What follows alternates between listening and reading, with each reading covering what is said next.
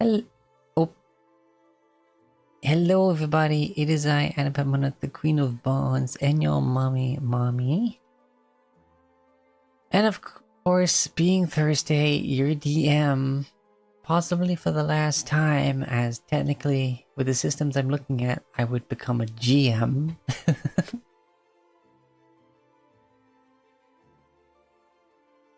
But we got the whole party here, yay! Yay! How's everybody been? Good. Oh yeah. Well, now is Bad, but better. better is good. All right, so yeah, Rivet, you caught up, right? You watched last session. Yes, I did. Although the Discord being muted means I did miss almost everything of what Kriv did. I got a sense that he helped the guards get set up in New Hope and then went back to Deeproot to no longer be absent father. Yeah. Eventually, after the parents got settled in, they actually moved to Deeproot as well.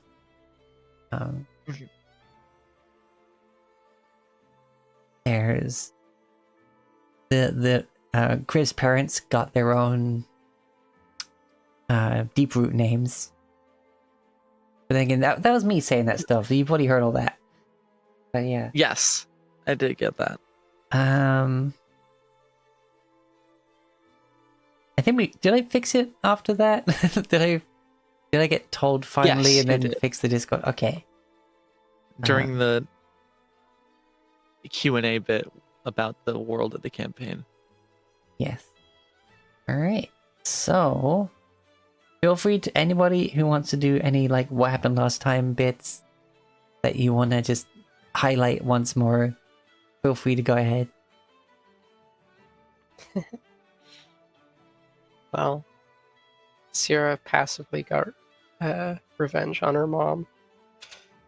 That was incredible. Thank you. I've been thinking about that ever since I picked Major Image as a spell. Excellent. Wow. I love it. Hey, that was before we left the dragon. Oh, wow. Jesus Christ. Yeah. I do love the idea that, and I know it was entirely accidental that Sierra's mom married Gricko Grimgrin. And then he was like, "Oh, you suck," and left her. Yeah, he would do that.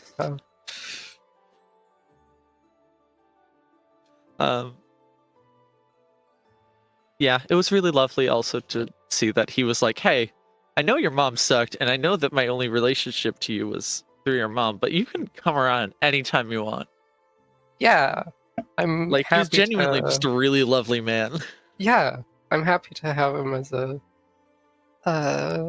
pseudo stepdad, even though my other dad is also trying to do better by himself. Yes, through whom you might also end up with another pseudo stepdad. True. Apparently. Yeah, apparently, yeah. That's awesome. Sierra has 3 dads now. Yes. 3 dads. Well, actually, four dads, because she was adopted into the Nerexius family. Yeah, true. 4 dads, 1 mom, and a lot of explaining to do.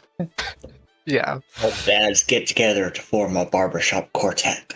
That would be amazing. And they should be called 3.5 dads. Mm-hmm. Yeah, because of the goblin. Yeah. Awesome. All right. I'm glad you like that, Sky. Fuck it, I'm putting that in my notes. I don't care if it's canon in world. It's gonna be canon according to Rivet's notebook. Yes. Dads. At some point, they're gonna do it. Like, they're all gonna meet at some point at some sort of party. Like the whole family's gonna be in one place, and they'll just start singing. They're all just around the table, just like chatting normally, and then suddenly they go into that quiet, like King of the Hill moment. And they're just like, best order? Yeah, best order. Yes, best order. Yes, best order. Just agreeing. Like, yeah.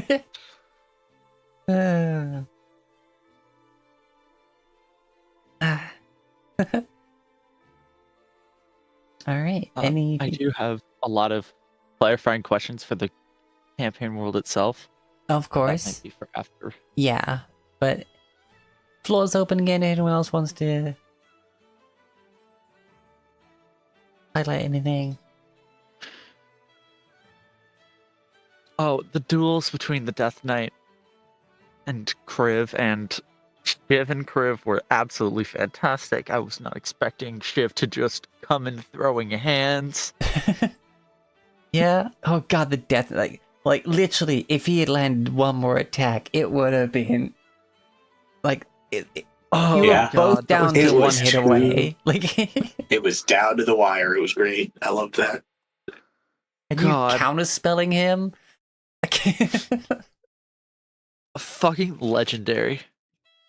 Oh man. And I just realized, like, yes, we've made the Goku and Vegeta comparison, but Kriv, you're a paladin. You have a shield. He has a freaking automat, like a metal arm. You're Captain America. He's Bucky. I mean, yeah. Oh Yeah. my god. Amazing. Yeah, I mean, you also have the axe. It's Storm whatever. Oh yeah. You are Captain Stormbringer. America. Stormbreak, but no, it's not. Yeah. Storm It's just whatever. fire instead of lightning.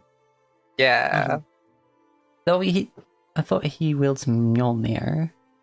he does, but for like 3 seconds in Endgame, he's holding the axe. Oh, true. So- Yeah. It works Yeah. either way. Thor's like, no. Give me the big one. Okay.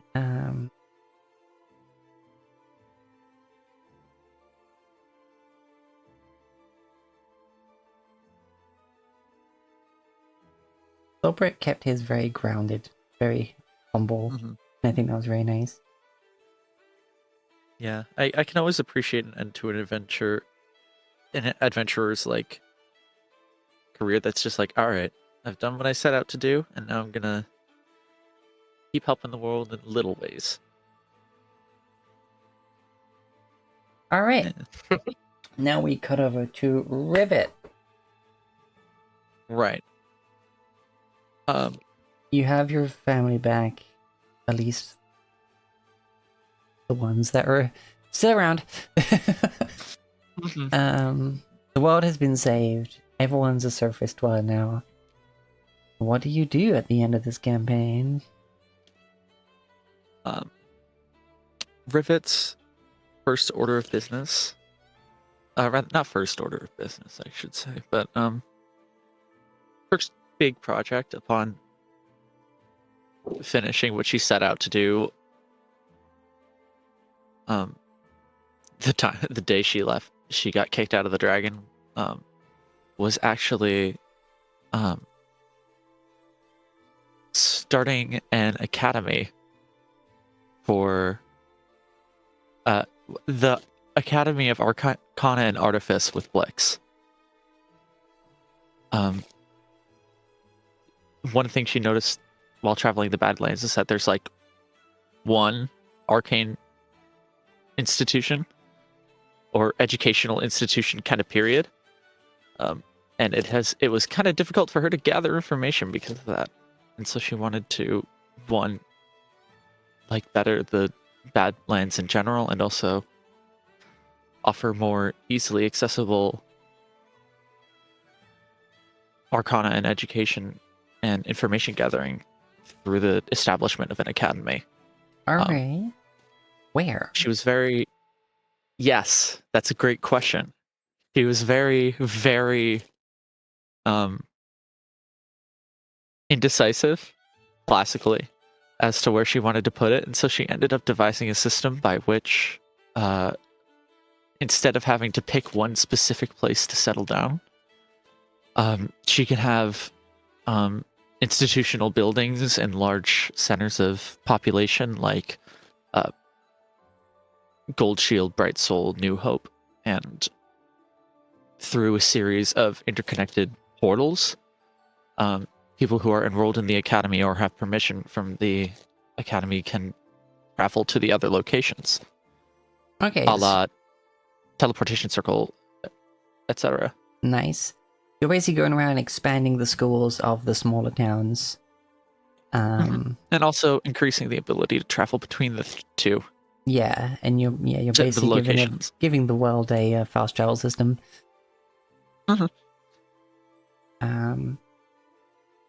Awesome. Your grandparents help set up this endeavor, and rather insist that in the main courtyard of the main academy, there is a statue of your father. With his, like, wrench held high. Like, yeah, absolutely. Pipe in one hand. Like, he's not got the pipe in his mouth. He's got it, like, in his left hand, like, just slightly away from his mouth, and he's looking up with his wrench in his other hand, held high. She offers, in the establishment of this academy, requisite employment to anybody who worked in the Primrose Academy for the Arcane in Alcor. The researchers in the Piers of Rorn and in Tower Town, as well as anybody else who eventually, after the first, I'd say, like 5 years of its operation, anybody who wants to be an educator, just period, has the ability to get the training necessary through her academy. And though it is initially just a place to learn magic, it expands into an institution of all forms of learning.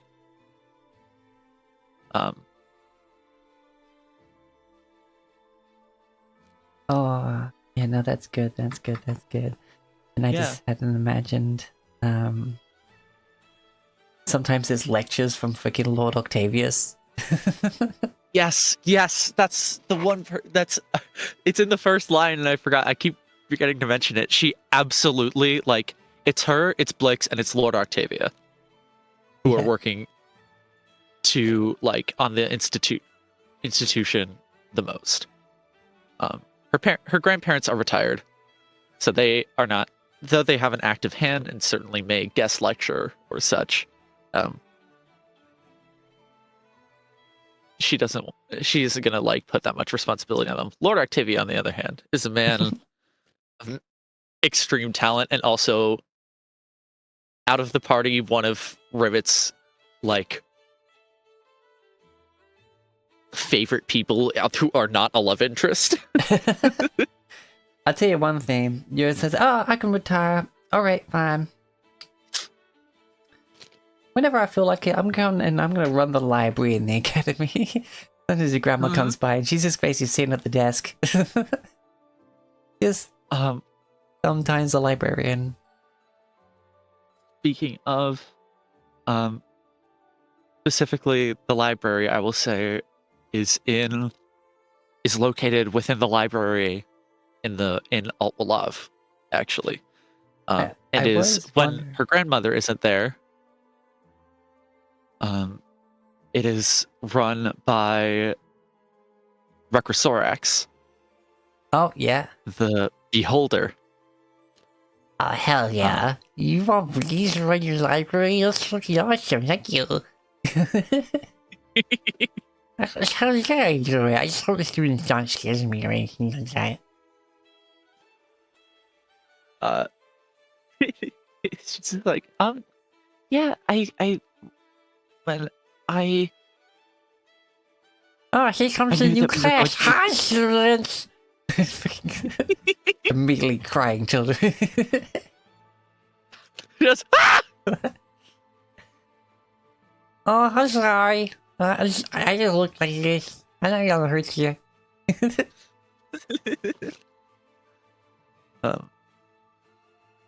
Yeah. Rivet's like personal office is also within Alt-Walav for a couple of reasons. One, it's not a large center of population right now, and she might want to do experiments that might be best removed from other people. Yeah, so you basically turn Otwalav into the main campus. Effectively. The ruins of, like, original Otwalav and the tainted history that they have get stricken away and become, like, the dorms and stuff like that, you know? That sort of thing. Yeah. And in her office itself, there's also yes, she has transportation to lower. Oh, sorry, I know. No, it's okay. What's up, Maxine? What? I mean, Olaf also has this sort of Kaz there. So what do you do with that? Well, of course, it's not. There's a lot of work that gets done before it's open to any students. Yeah, I mean, yeah, but I'm just asking, what do you do with that? It takes Rivet a fair amount of time to realize what exactly she wants to do about the Sword of Kaz. Because what the hell? What the hell? This is a bitchy sword bathed in blood all the time. Eventually she decides just to move it and its blood-soaked sheath into her office itself, so that whoever is running the academy, if there is ever need for the Sword of Kaz again, has access to it and has the ability to, if not use it themselves, then give it to somebody who's more able to. I am outraged that you would disturb me and move my resting place, but the view from your office is much nicer. Therefore, I shall forgive you. Awesome. I know not forgiveness, but you shall be stayed my wrath this day. Hey, Weedy. Okay. Why? So. Also in her office is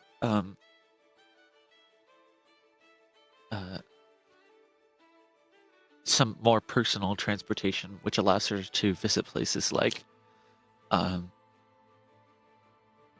the Mother of Storms, if she is needed, but also Deeproot and Guhadaza and a very specific place within Gold Shield.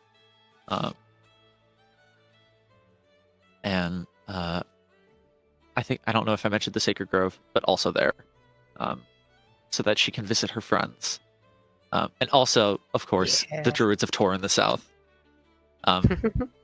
Why Guhadaza? Specifically for access to what is it? The black metal or whatever? Yeah. Oh, yeah. Okay. Set up some sort of mining operation. If I remember correctly, Guhadaza itself claimed all of what is there. Yeah. But the ability to have access to it in order to purchase it, yes. If need be. And also, similarly, she has transport to Mor Vesta, which has the forges necessary to use black iron and celestial steel.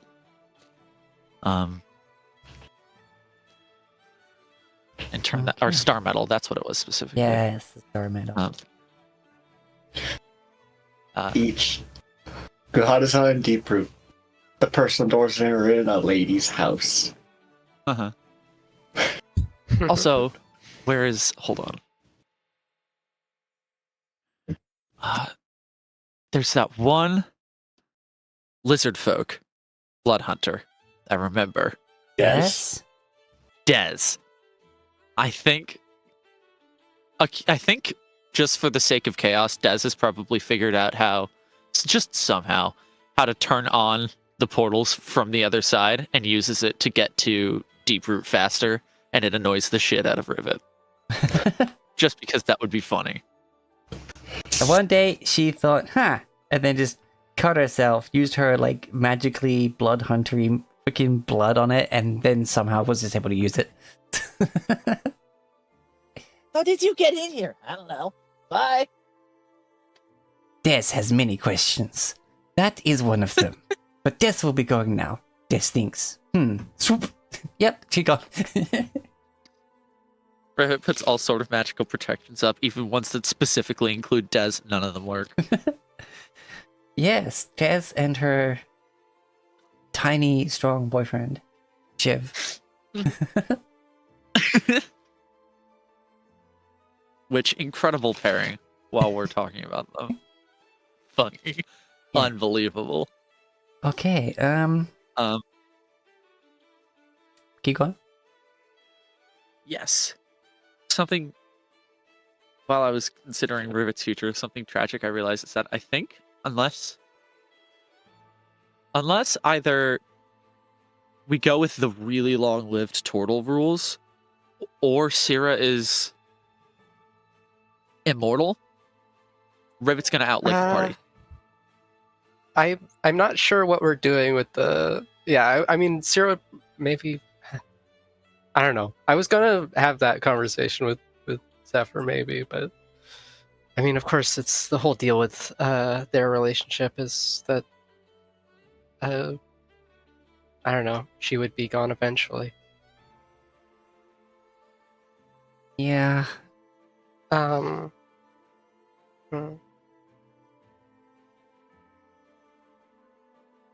It wouldn't... I mean, I wouldn't be opposed to a Magix Demon Queen type situation where they share their lifespans, but I feel like Syrah would just leave some sort of object with Zephyr so she could like visit them from the celestial realm after she like, I don't know, becomes an angel or whatever Asimar do, since that happened to Caspiel and Gazardiel. You know what? I know what happens. Oh? Druid's, I think maybe Druid specific spell actually. Reincarnate. Oh yeah, right. That works if you, because it spawns you in an adult body of something. Yeah, even if you don't. Apparently, if you die at Even old if age, you just get an adult age new body. Yeah, reincarnate's kind of crazy. I feel like Syrah would be against that somehow. Okay, fine. She likes her wings. Though by virtue of her class, she does have wings naturally outside of her own blood, but honestly, given the fact that part of your dedication of life after the campaign is that you're just going around being a missionary to like just not have people be good to each other. just to heal people. I feel like Syrah would be happy that other people do that eventually. Yeah, and you teach your kids these values. Yeah. Though honestly, when you die, you definitely go to freaking Melora's realm. Yeah. Become an angel with my angel mom. Yeah, that's what I'm getting at. Like literally, you don't just like you don't, because of everything you do in your life and the messages you've been passing on, you spend eternity in the evergreen realm of Melora. Amazing.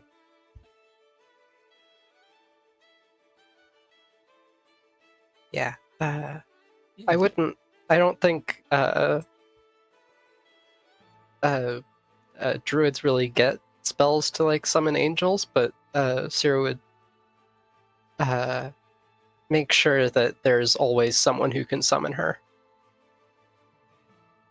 either by training her, one or more of her children, or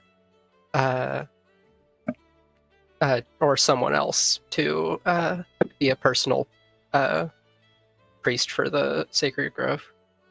Well, you know what also happens? One of your children will have the celestial blood of an Aasimar and have a spiritual guide. True. I can be the spiritual guide of my own child. No, they would already have a guide at that point. I could rank it though. Yeah, I could pull rank. Hey, they were my kid first. Yeah, it's one of those. It's time to clock out. It would be one of those that you speak to, like, you probably rest for a bit, but then you're like, I'd really like to be the spiritual guide of one of my children, and like then like while the spiritual guides of your children are like currently not out giving advice, you talk to them and they'll be like, yeah, of course, yeah, go ahead. I can get reassigned, it's no problem. Yeah, take over. They're very sweet, by the way. You did a very good job. Yeah. I'm glad. Yeah, and then I wonder how dragony they would be. Most of them. Like,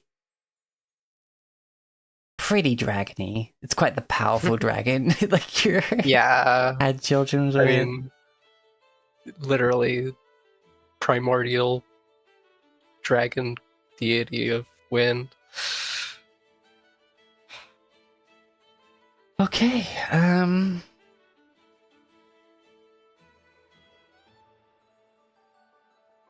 Okay, so with that,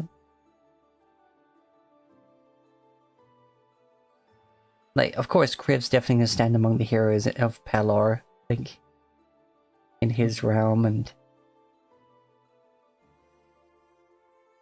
being the champion of Tor, what would Dobrak think about being, like, reincarnated to stand as, you know, Earth's guardian over and over and over again? Would he want to rest? Wait, let's go with old Total. Like, you get to a ripe old age. Do you let yourself move on, or do you? How old is old Turtle? I don't know. Just canon first world, like, total years.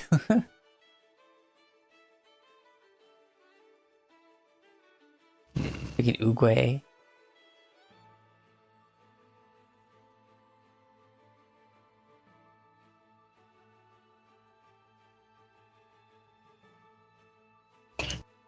I think as he gets on there, he would basically be Uguay and try and teach someone to shoulder the burden as it gets up in years.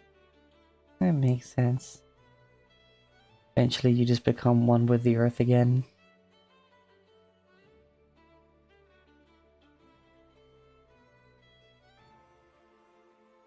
And then Tor himself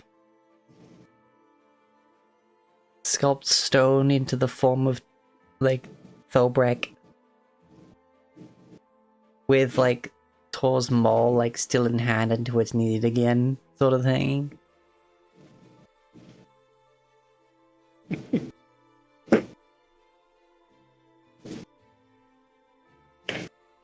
Basically, the Eternal Guardian, the champion's weapon. Okay. Right. Anything else? You started this off as you probably outliving everyone, which is fair. Yeah. I think Rivet stays in the Badlands long enough to attend everyone's funerary services, and then makes good on her promise she made to Blix when Blix received the fulminating treatise around the same time. Repairs the starship in Alt-Walav and creates the Badlands' first or second spelljamming helm in order to exploit the stars. I mean, you help kind of repair the one that's there.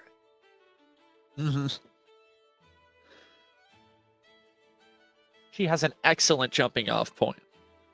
Yes. And someone who, like, knows how it worked when it worked with you as well, with the, crap, I forget the name.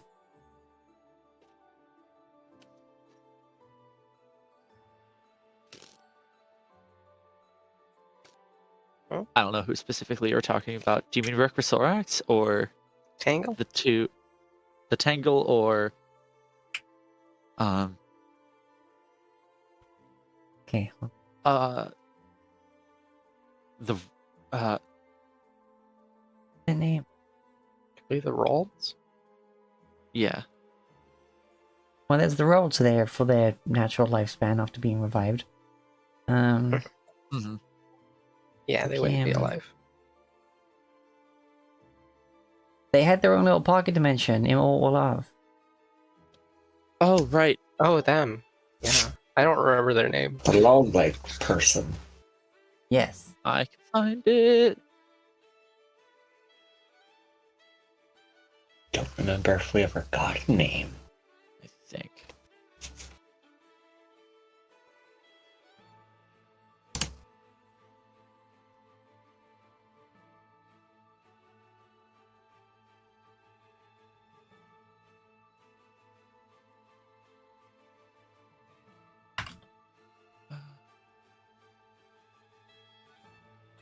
Oh, and Akili the Witch helps with potion class in the yes, academy. Of course. Sarah'd probably stop by to check that out sometimes. Maybe even take a class. Zathira. Yes, Zathira. You and I found her at the same time. And you take to the star.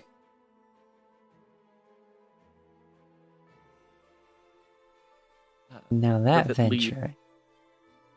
The academy in the safe hands of not Blix, but Saphir, who, after so much time spent with Rivet, of course, was going to gain sentience as well. And you'd think after two of her Steel Defenders gained sentience, she would have learned a lesson. No, the third one she learned, though. Wait. Yep. Because Blix only got sentience because of peering into the void and having literal other beings jump on board. Yeah, but Rivet spends the next 200 years doing experiments. And then you gave her that curse. Something's gonna happen. I mean, yeah, she only has the intelligence to be sentient because of that literally cursed headband of intelligence. But hey, in your time, you managed to make another one. Yeah, if you're going to make something sentient, you may as well give it intelligence too. Yeah, because that thing was cursed as fuck. It only gave you the intelligence score increase if you had a low enough intelligence. Otherwise, it would actually lower your intelligence. That was the funny thing. So that troll was dumb as fuck until he got that headband. If anyone else had tried to warn it, you would have basically been stupefied. Oh, jeez. Yeah, that was fun.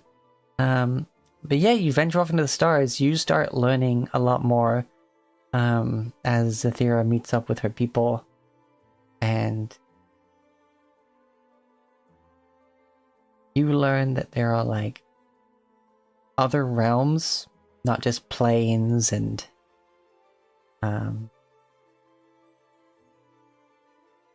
realities per se, but and sometimes these realms can come very close to each other, sometimes collide and have these crossover things, and that basically you would have some time where you learn a lot more advanced tech that, like, even in your development of technology on the Badlands, like, it's still a jump ahead. What you end up doing with this knowledge, well, that's another story that I have cooking up. But any other plans, particularly in mind, that you had for directly using your journey to the stars? Or was it sort of like, I journey to the stars, lower the curtain?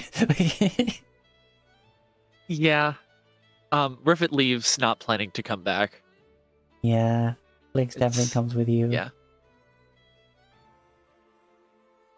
Whether or not Blix decides to return is her entire own decision.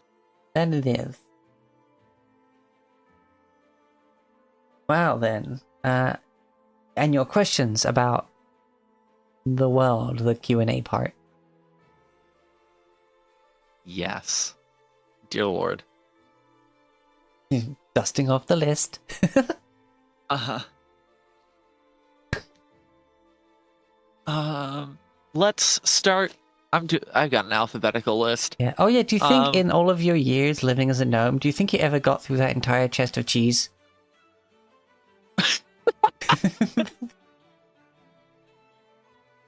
Being a long-lived gnome. Well, asterisk, she probably did some things that definitely shortened her lifespan. But I think eventually she made a sizable dent in it, but I don't think she finished it. I think there is still a chest of almost full of cheese. Yeah. Somewhere in the headmaster's office. Or the academy cafeteria. Yeah. Oh jeez. Okay, anyway, your question. Yes, I'm gonna start from the top. Like earliest in the campaign question? Alphabetically. Oh, okay. Who was Fernicus? Who wrote the creator of the treasure map, which we followed to find the chest of cheese, and then also the weapon of King Thrumresh Warmane, and also the big book of everything, and the magical spoon, and the dog whistle. The closest thing I could compare Fernicus to is Tom Bombadil. Excellent. Explanation finished. Like, okay, great. He just did things. He just did shit. He was around. No further explanation necessary, really. Yeah.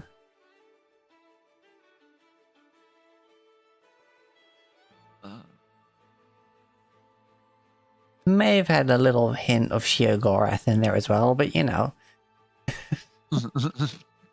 Particularly the cheese chest. Yeah. I have a tag in my Obsidian notes that is just needs investigation that I'm going through right now. Mm-hmm. The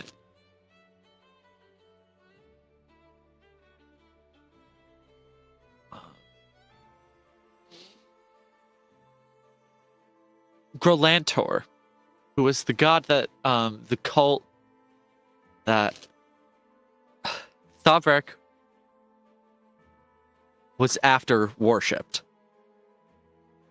What is he? Grolantor, the giant god?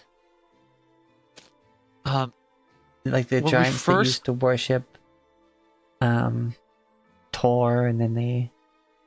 Oh, yeah, let me look up. I got it here. We met a giant priest. Yeah, Grolantor. While investigating the cult of Grolantor.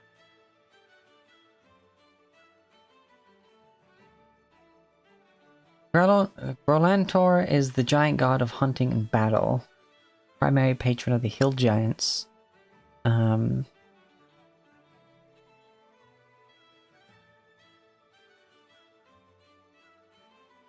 He was just a big old brute that didn't really care for titles or anything. Just basically his own ego and the well-being of his followers. Just full-on chaotic evil. I am strong. The strong follow me. They're the only ones I care about, besides myself. What drew the cultists to Grolantor when they in towards inactivity? The promise of strength and like his strength being protection of theirs. And basically he just kind of saw, those are some big guys. They're strong. They should worship me. I'm strong. What's going on? You guys worship me. I'm strong. You're strong. Strong.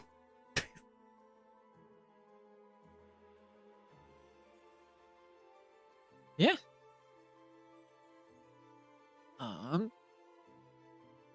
A vainglorious brute, as he is sometimes called.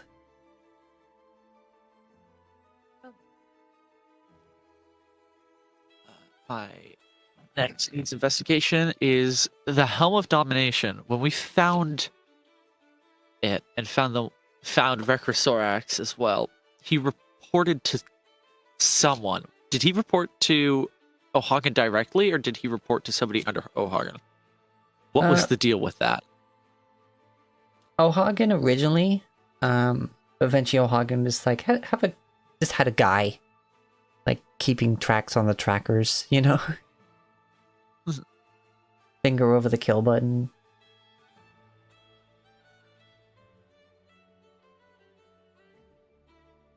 But when it was first made, O'Hagan kept an eye on himself before delegating it later.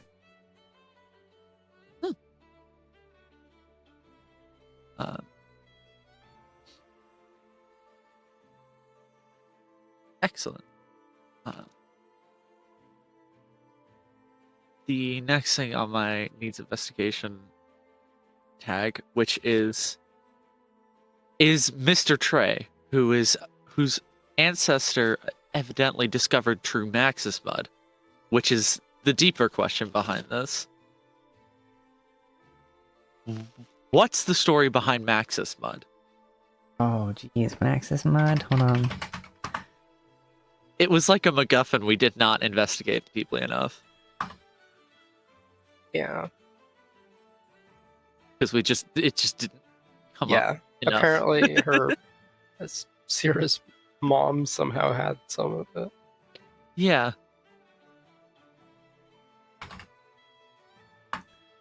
Where is it? No, where the hell is it gone? Basically, I found a interesting collection of like unique potions and that beyond the normal. Maxis Mob was in there. I can't find the original page right now, but it was just a really cool creation.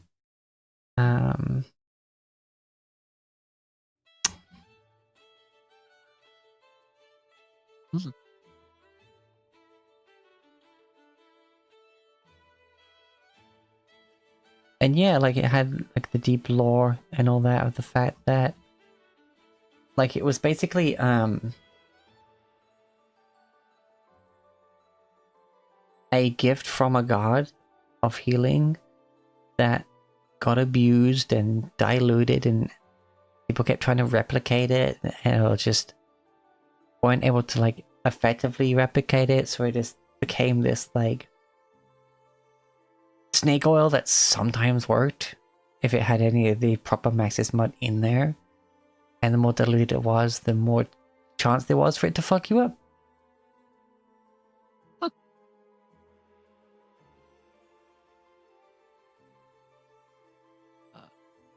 Yeah.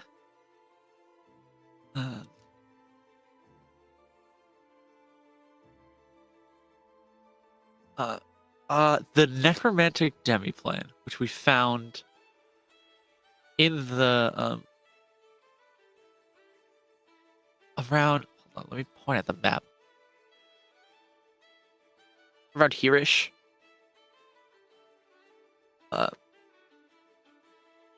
Yes.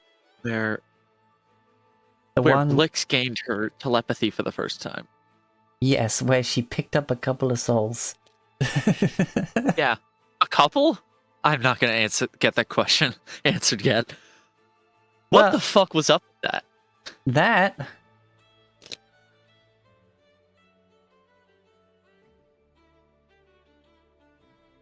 Necromantic plane, it was bleeding through to this world. It was one of those times where basically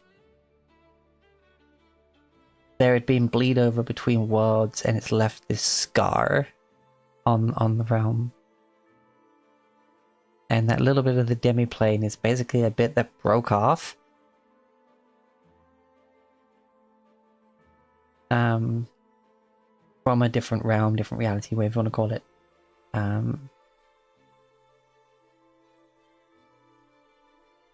Originally, it got used by a really powerful necromancer as like a place to not be found and do whatever they wanted to do, but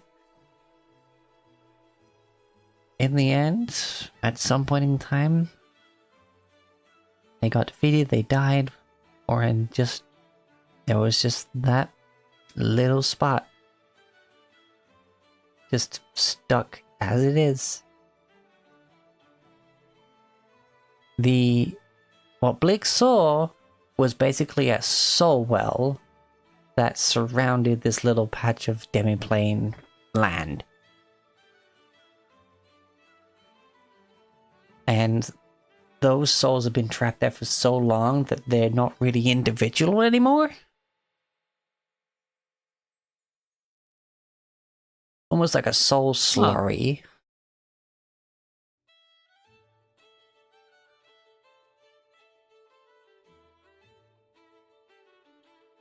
Soul slurry is not...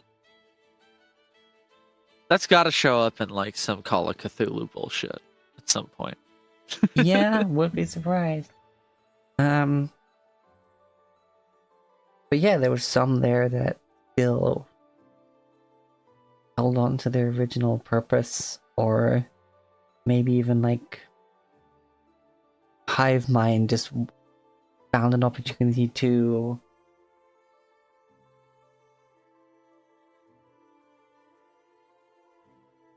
strike out against what had happened to them by becoming part of Blix. And it's one of those things that, like, when Piccolo fused with the Kami, eventually, like, he learned to not ignore, but was able just to have Kami and Nail be like, it's kind of like in the back of his head and not like voices in his head all the time. Mm-hmm. But yeah, Blix was dealing with that for quite a while. But had basically formed herself from the bits of these others. Because, like, once they're removed from the mass, it was quieter for them, and then Blix, yeah. It was a whole thing. And wave magic soul work. Now we have Blix. Yep. But yeah, the way that Blix thinks, the way the arcane is very specifically kind of programmed, helped kind of unspaghettify everything to make something concise.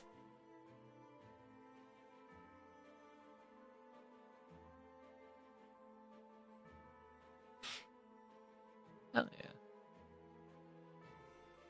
That's why when it first happened, Blix was a lot more chaotic than she turned out later. She mellowed out. Yes.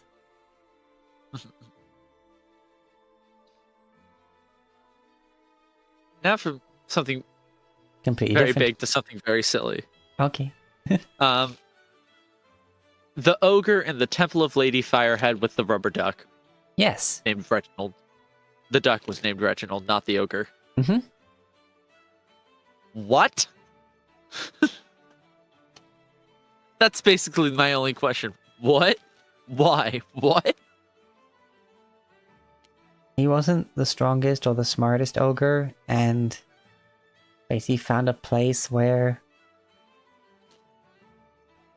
he didn't really have to do anything to survive much anymore. And this lady seemed pretty nice. The goddess, that seems like a, yeah, I think I get it.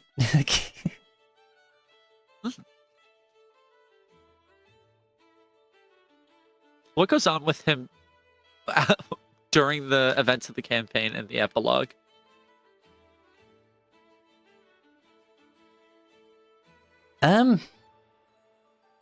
Like, does he just become like the first ogre, like cleric of Lady Firehead of this temple? I mean, he basically was, or at least like a, you know, like a friar of her.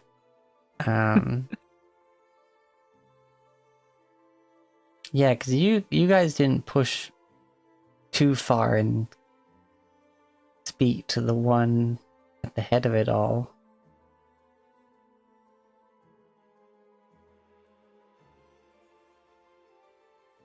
So there was a lot more to investigate there. There was, 'cause remember that you got told that, like, you know, don't go deep into the temple, just stay here in the visitor area, basically. Mm-hmm.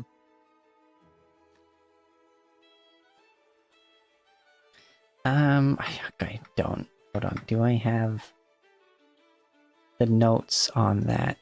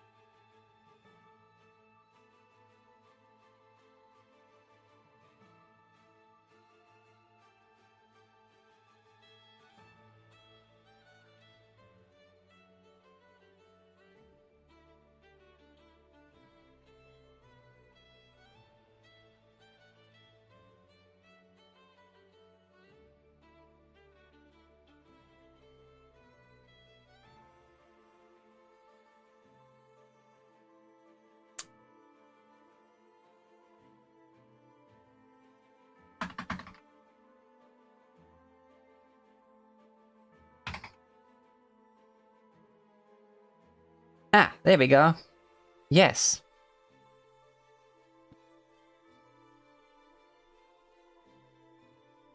The head of that temple was actually a Hydra. Oh.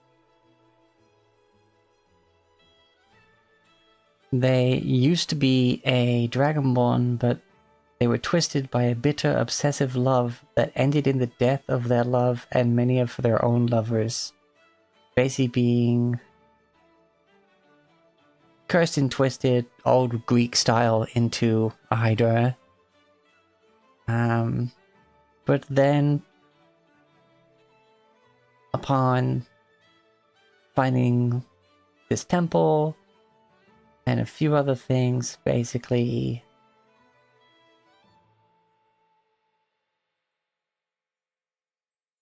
keeps themselves locked away to not hurt anybody else, as it were. Will still attack those that invade her space. But yeah, kind of becomes dedicated to soon. Like, that temple was kind of already abandoned, so like they are the ones that have been finding the texts and learning about Soon and stuff like that. And basically anyone else who's been scorned by the world are those that she mostly accepts staying at the temple for long periods of time. Huh.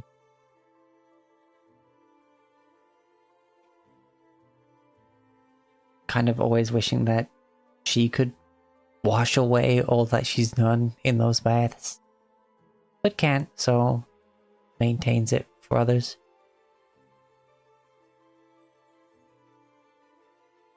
Fascinating. Yeah, I had like a full-on like Greek myth kind of vibe going on there. Mm-hmm.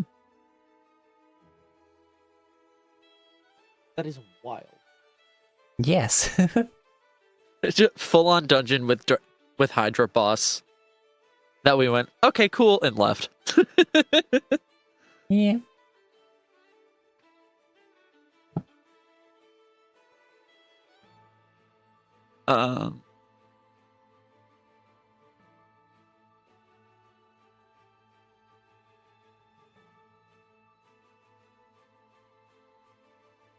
There's...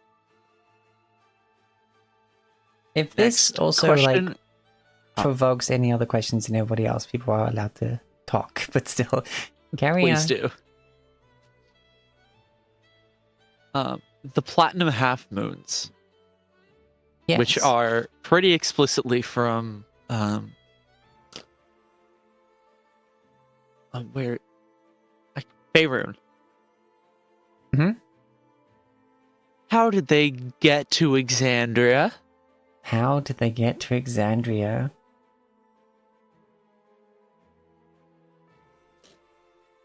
Wizard did it. Okay.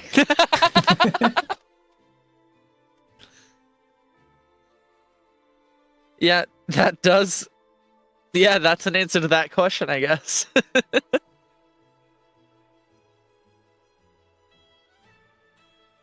Yeah, Wizard did it. Yeah, that's all I have for that one. Awesome. Love it, actually. Next question. Robert Browning. Yes. Creator of the Bag of Infinite Rats, the Sewer Pipes, and other rat-related rat-related ephemera. What the fuck is up with him in universe? I know he's the writer of the Pied Piper.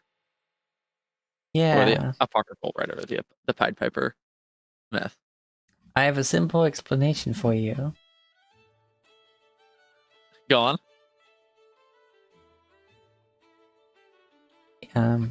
Where's his name gone?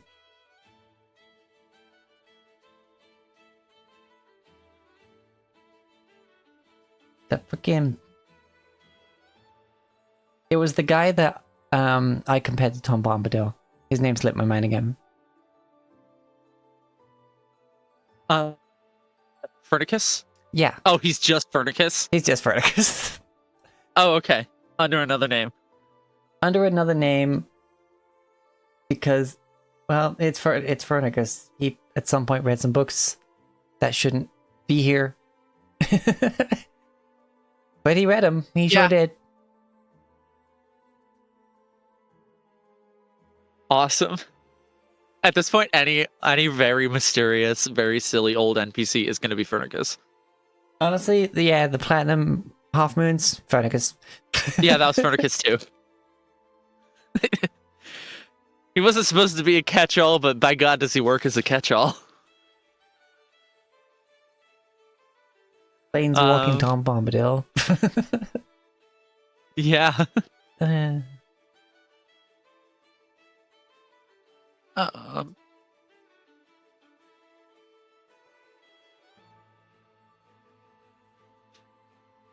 All right.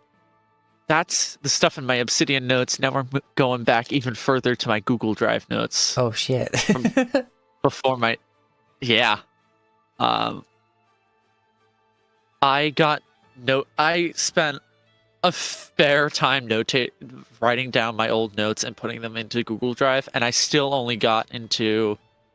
I think it was session 30. Okay. Which is a lot.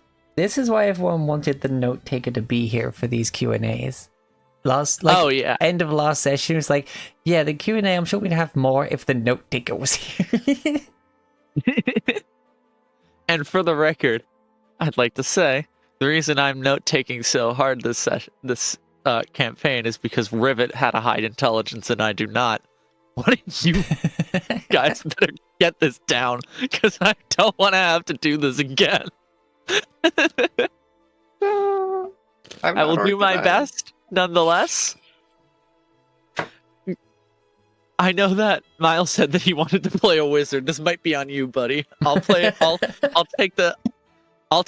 the face roll of the party. You take the writing down the notes. I mean, I'll do my best. My medication is here. Might not be strong enough, but I'll do my best.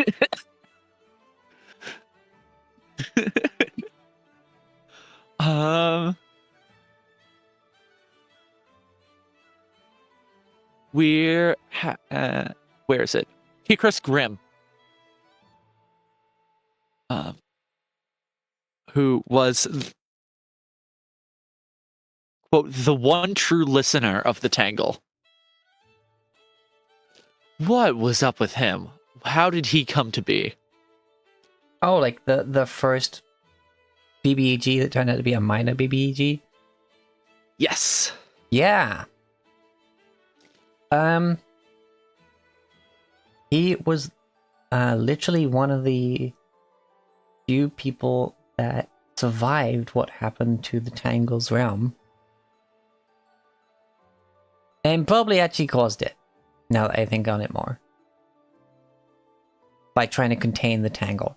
He basically tried to contain all of magic, and the world fell apart as it got caught up in that god tier level folly sphere. in the same vein as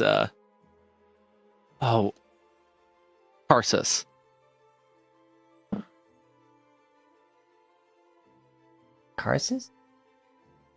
Karsus, who tried to cast Karsus's avatar and become the god of magic, ended up kind of forcing a reset on magic and causing a small-scale apocalypse instead. Oh yeah, only this time... Large-scale apocalypse. Yeah.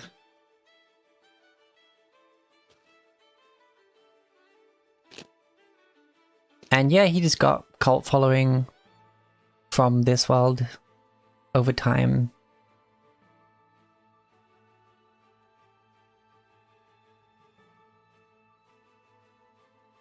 And was able to, use the Tangle's power, though not in the way he had hoped, because of course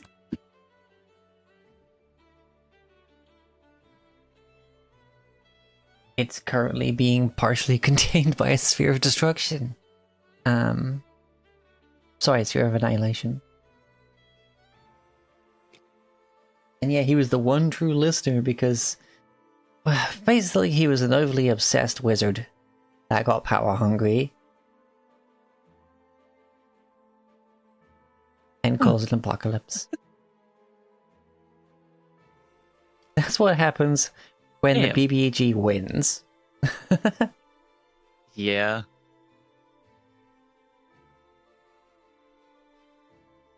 So that was his tale. Like, he's just like... Similar to O'Hagan in a way. Trying to take the power from another entity for a life-sustaining entity for himself.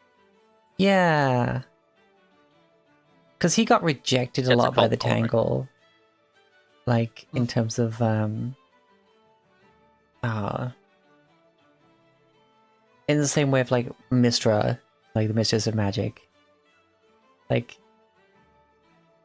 You can talk to and bargain with gods, but the Tangle, while a sentient force, was just that. There wasn't really ways to talk to them, but now there kind of is because of this way that he contained them. And yeah.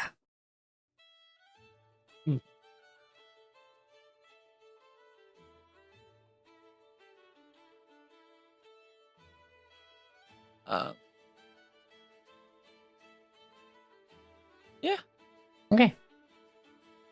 Next question. When we were at what is it called? The tavern in where we met Madame Avazé. Acorn to Oak? Acorn to Oak, yes. Madame Avazé knew who the who knew about the Fascatels. How? How? How? Before Rivet got there, she knew. She's from the dragon. I don't think we ever covered that. Or am I? Did I just not write that down? No, that was never, like, you didn't really probe that much. Just, Yeah. she was But from they the were, dragon. yeah. They talked about how they were a fallen acorn or whatever. Yeah, they kind of hinted at it, but skirted around it, yeah. Yeah. And then I remember specifically Sierra compared us more to a like one of those propeller things that fall from trees. Oh, yeah. The little spinnies. Maple seeds. Yeah, because she has maple wings. Yeah. Okay, so we did get that answered.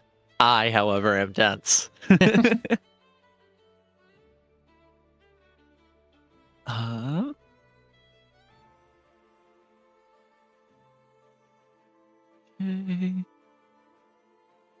Braggic Trollpike. Yep. Just a damn What good happened bard. with him? What was up with him? What happened What to him? happened to him before he got there, and what happened afterwards? I want to hear his life story at this point. Kind of the same answer going both ways. He had a damn good voice.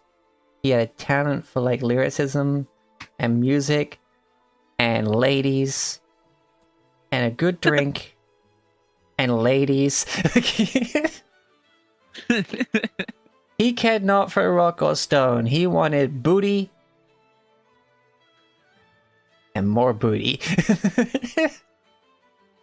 But eventually he found, like, a deep More like purpose. he wanted to rock and bone. Basically. But yeah, they're, like, through music and meeting people, like, through music and how deep that can get in terms of, like, being almost representation of a person's soul. He developed beyond that, and now in his, like, long bearded state is more mellowed out. Still gets, like, he claps cheeks basically in every tavern he goes to. But that's not the intention he goes to the taverns anymore. It happens. But he goes there to, like, be a, you know, skald, a bard. Poetry, singing, like... He's just a blues man, basically. Like, smooth blues man.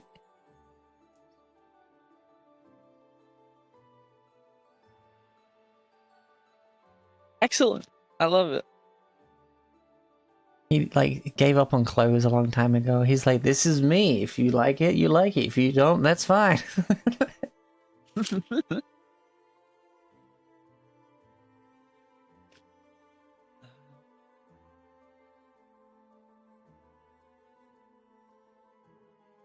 Oh, and also the deity in Acorn to Oak, Shialia.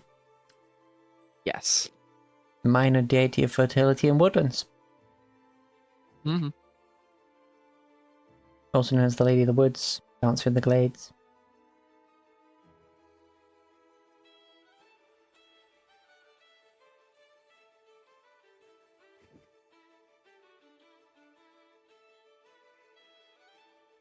My old notes are kind of making me giggle here because I have Braggic Trollpike, 3 bulletin points. 1, bucks. 2, on his way to Gold Shield. 3, could use a set of clothes. That's it. That's all I got on him in my That's all Google you need to know.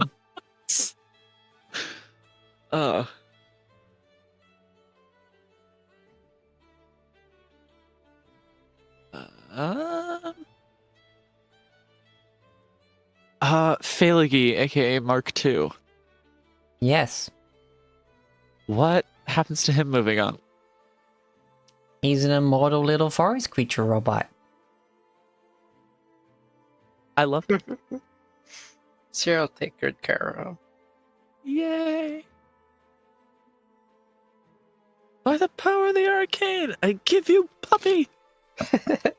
Eventually, like, the metal parts sort of, like, eventually degrade and rust away, but, like, bark just replaces it all. Yeah, hell yeah, bark replaces it. Incredible.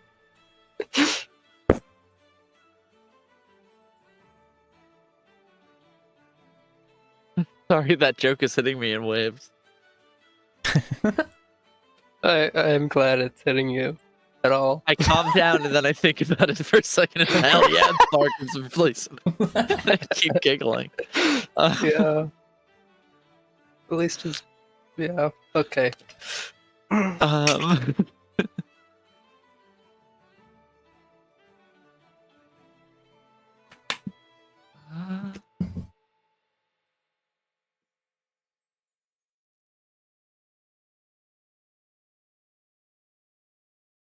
Oh, also, it probably would come up at some point. But yes, 3 creation gods that then led to the creation of the world and the gods. And then they kind of let it be like, yep, you're fine. Don't let this get fucked up. You could. Oh yes, the sword. It's the Master Sword with the 3 creation gods like gifts. Yeah.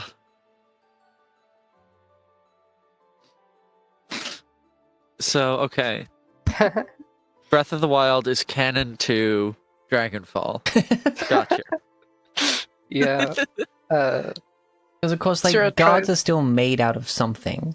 Therefore, these gods made that something. Sarah clearly thought that what she was going through was the end of the world and they needed this sword. But apparently it's not the world's time of greatest need, which is a little bit unnerving, but... Because they knew you could handle it. For another party. They knew we could handle it. But yeah, now the Sacred Grove is packed with strong people. Yeah, and eventually at one point, this kind of like loud, slightly obnoxious young elfin kid with blonde hair just walks in, picks it up, walks away. Yeah. Incredible. I love this. Chosen by the 3 gods. Meanwhile, Thobrick was chosen by the 3 wings of chaos. Oh jeez, yes, the blue wizards. He still has that jug of chilling. Hell yeah. Those guys were literally, as it says on the tin, blue wizards. That really should explain enough. Da-bu-dee-da-bu-da. No further questions necessary.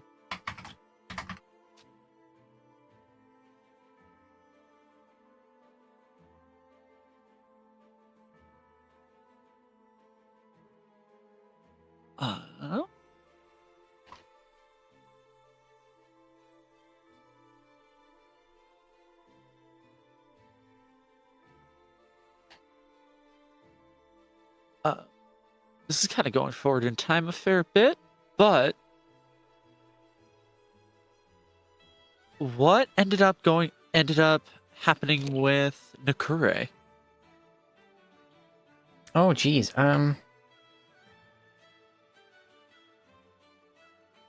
What's her epilogue?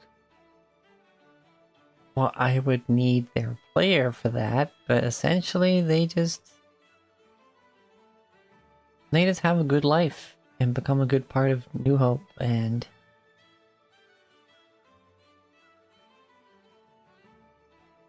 you know what? They become the New Hope's tamer and trainer of pets.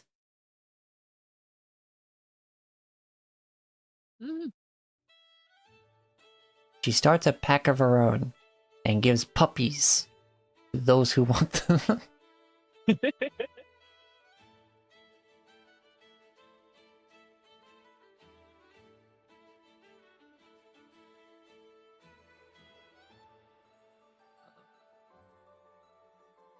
I'm now going back through the players we had then lost. What about Duma's character, Ariki? Riki, they have cute cat girlfriend and have a great life. Hell yeah. Yeah. They kick ass, chew bubblegum, and be cute. They're a very nice couple. Yeah. How about Jasper? Jasper, funny enough, Jasper and Ro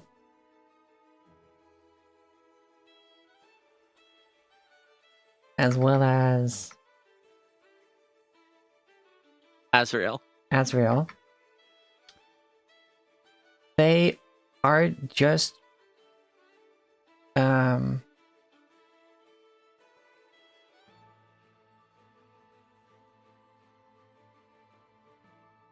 basically their own little adventuring party in the Feywild under the guidance of Muriel.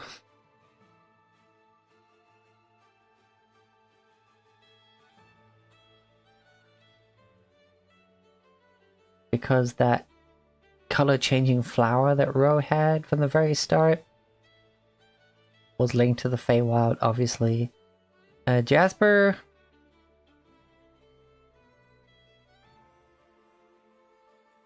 Jasper had to go because his people needed him. Yeah. Jasper...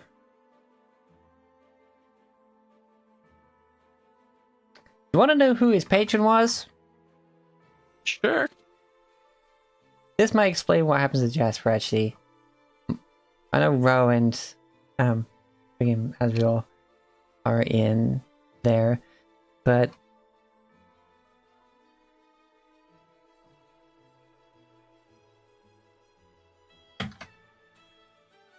where are you? Ah, there we are. Fiona. She's the Lady of Phlegothoth.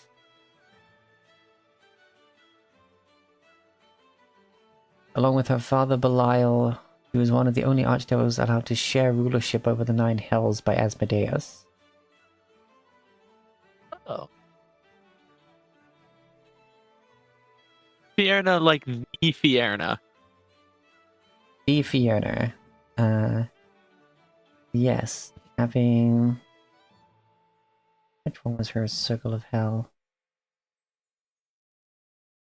She ruled the fiery layers of Phlegothoth, most archetypical of the hells that commonly appeared in Mortal Minds when Bartor was mentioned. And basically she was a kinky bitch that, liked fire, liked things that were kind of good looking and sexy, and would flay, let's see,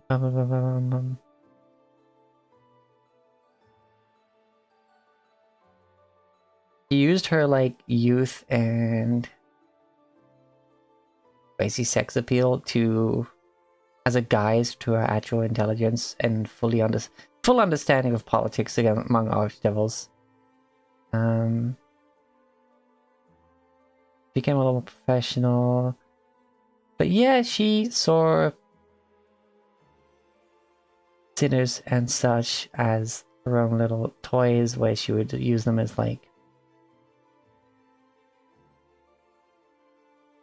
basically using Jasper as a tool to punish other sinners and drag them to her realm, basically.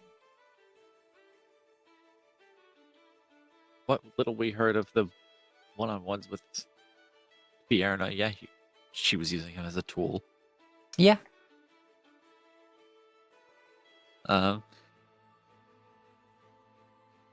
We didn't get much time to develop that, really. Yeah.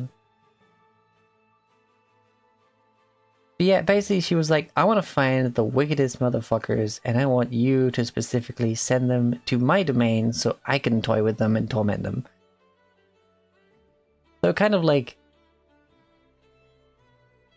evil seeking evil, which in some strange way led to good things because of removing of the evil.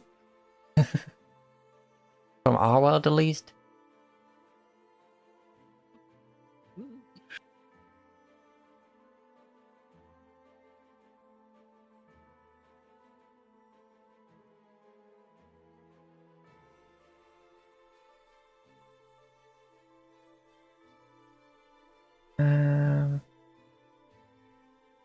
So yeah, basically in the end,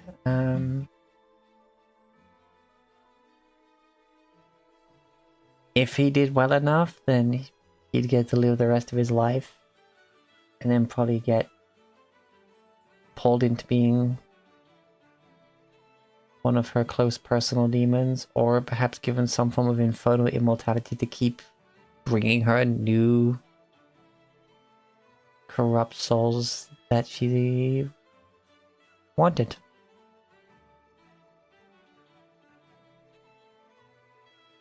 All right. Yeah, so like, there's some good endings possible there for Jasper, but all of them still have that touch of hell. Mm-hmm. A lot of, oh, that's a good ending, but... Yeah.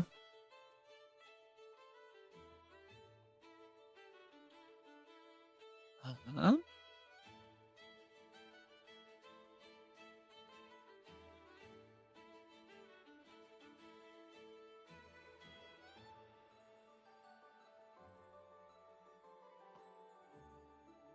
Had other questions, but they left my brain.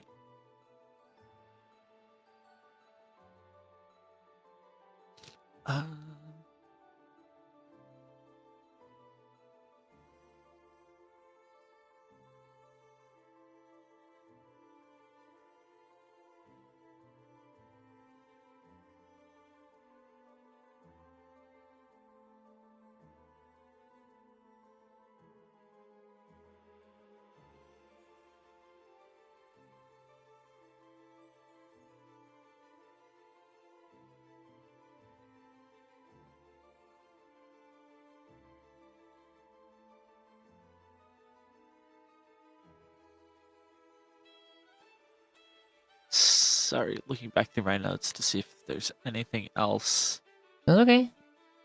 that I want to bring attention back to. If anybody else has questions that came up for them in the meantime. Dead Mother Ode. How's she doing? Yeah, she's doing alright. Like, her lads get settled in. They find a place for themselves. Like here. That castle kind of area. Of course, our young inheritor of fire grows up, and eventually Ode rests peacefully knowing that she's done her job to keep fire alive and return dragons to the realm, basically. At least the fire ones.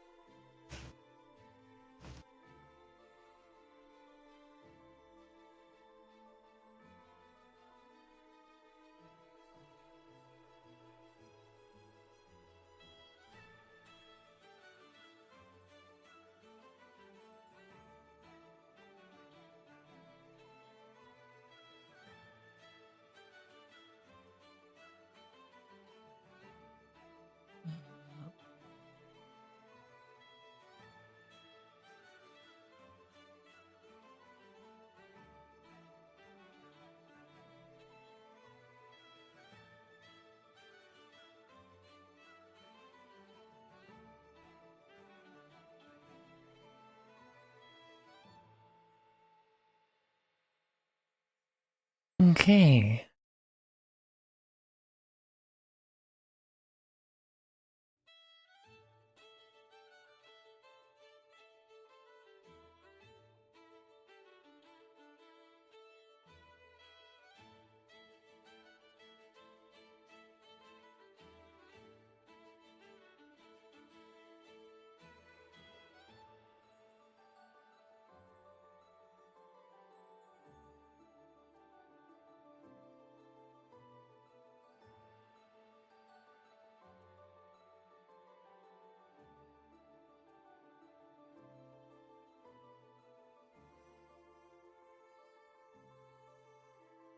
Still can't find that question, huh? Yeah. It's okay.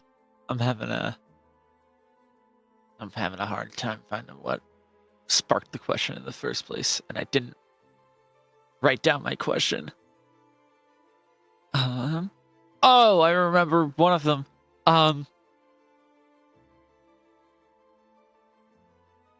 We got teleported into the abyss. Yes. And existed as a bright light of Palor in the abyss on the layer that was ruled by... I forget his fucking name. Orcus. Yes. Did anything come of that?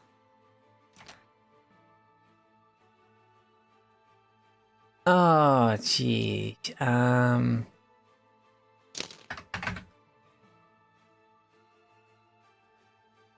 Blah, blah, blah.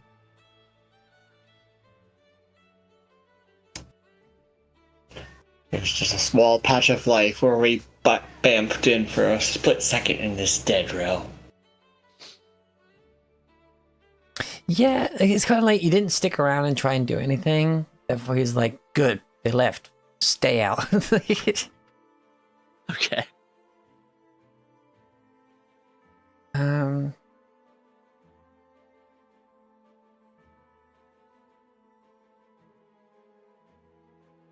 Yeah, as it is. Like, what the fuck is that? Okay, it's gone.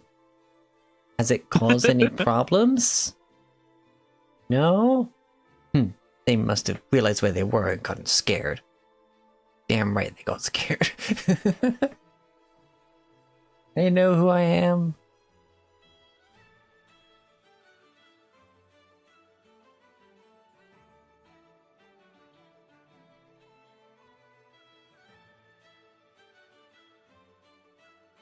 Oh, I found the session where Shiv first appeared. It was session 8.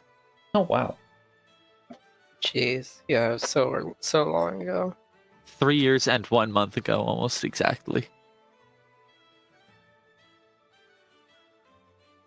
Alrighty. Managed to remember the other one?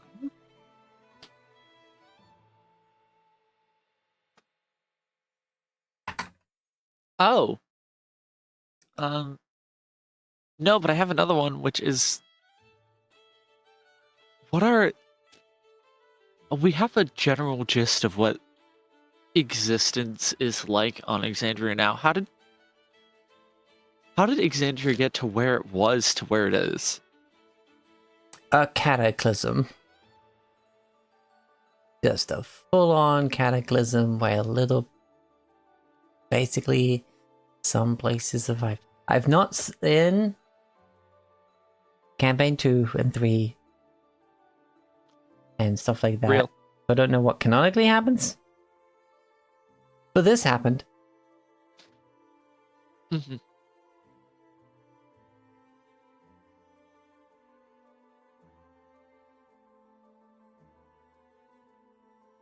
Where, yeah, the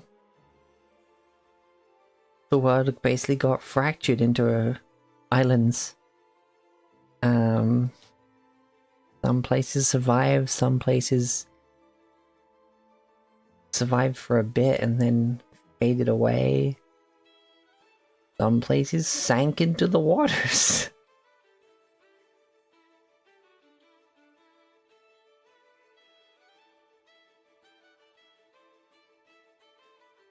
Basically, the whole plan with Zelodio, from O'Hagan's original perspective, was one of the plans to escape the cataclysm.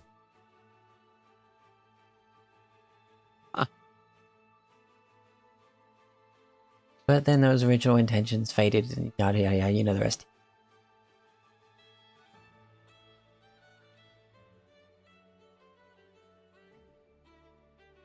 Basically, O'Hagan didn't trust that the dragons would help keep them safe during the cataclysm and decided instead to go to war and make a flying city.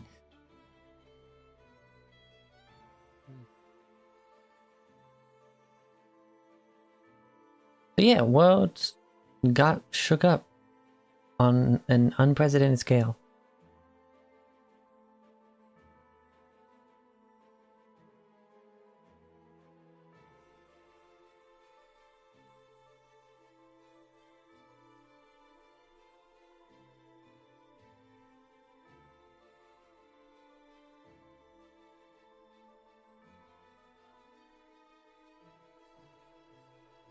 Okay, so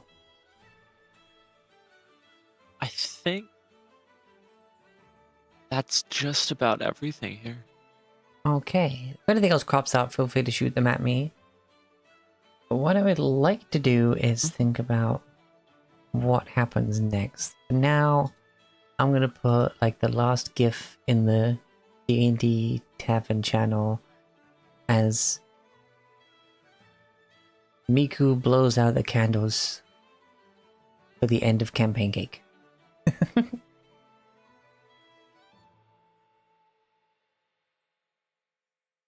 And so yeah, I want to move on from D&D. I have got Pathfinder 1st edition. I ran my first ever campaign on, and it was fantastic. 2nd edition is definitely a lot simpler to use. Like it's similarly, it's like how easy 5e is compared to 3.5. They both work really well. This one just takes like 3.5 just takes a lot more like reading and setup and calculations. Thankfully, 2e is a lot simpler as well. They also have Demiplane, which is basically like D&D Beyond for Pathfinder and Starfinder. That has direct integration with Roll20, where literally you just click in Roll20 and you pick a character from your Demiplane account and it just loads the entire sheet into Roll20. It's pretty cool. I have the beginner box one-shot kind of thing ready to go with 4 pre-generated characters. And yeah, if there's no objections, I think we'd call break now and we'll load into the playtest and we'll just give it a go, tackling a new system together. It's not very complicated, like your knowledge of how D&D works is like, yeah, this is just slightly different. D&D to the left. Yeah.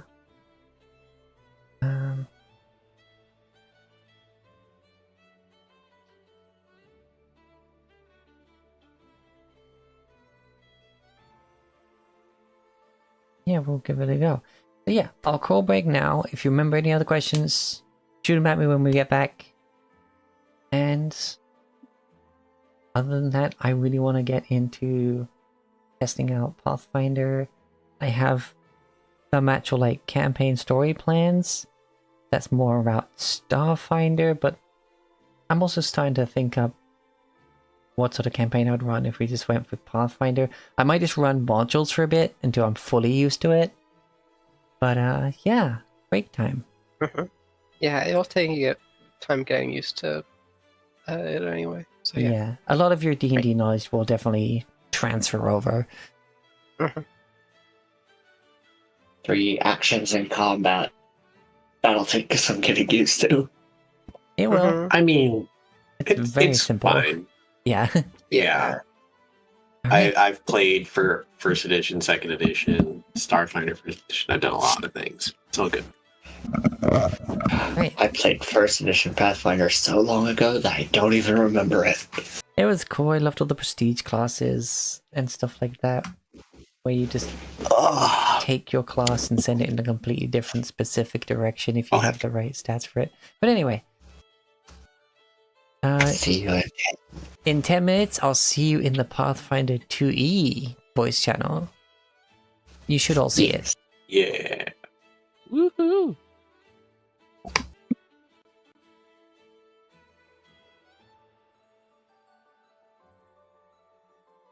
Oop.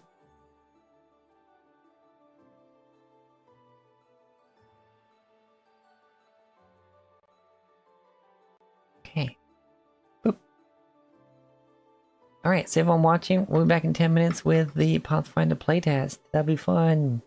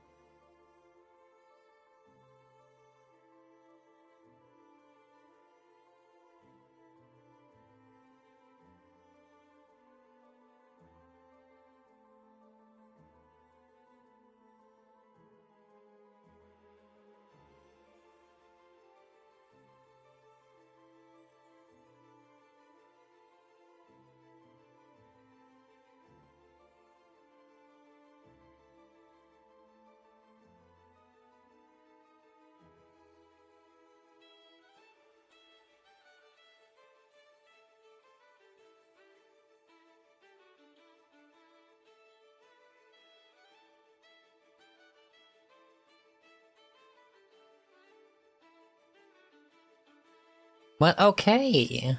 Okay.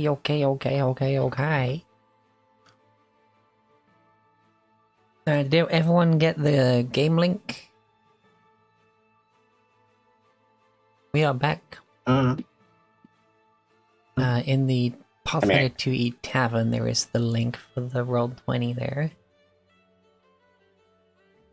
Level 20.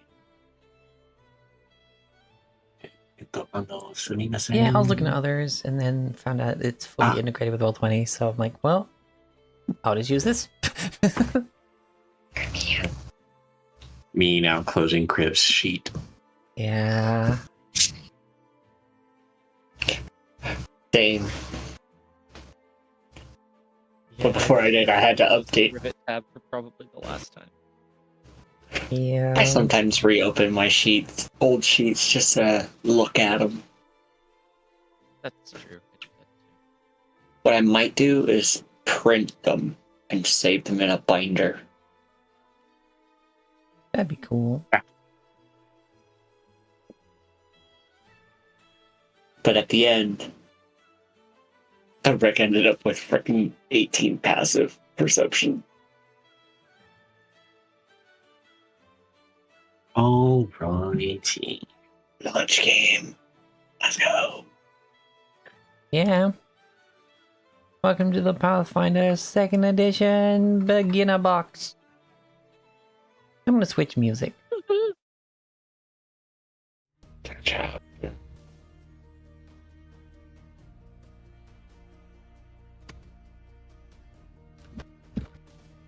Probably change my reactive also, huh? I'm not Rivet anymore.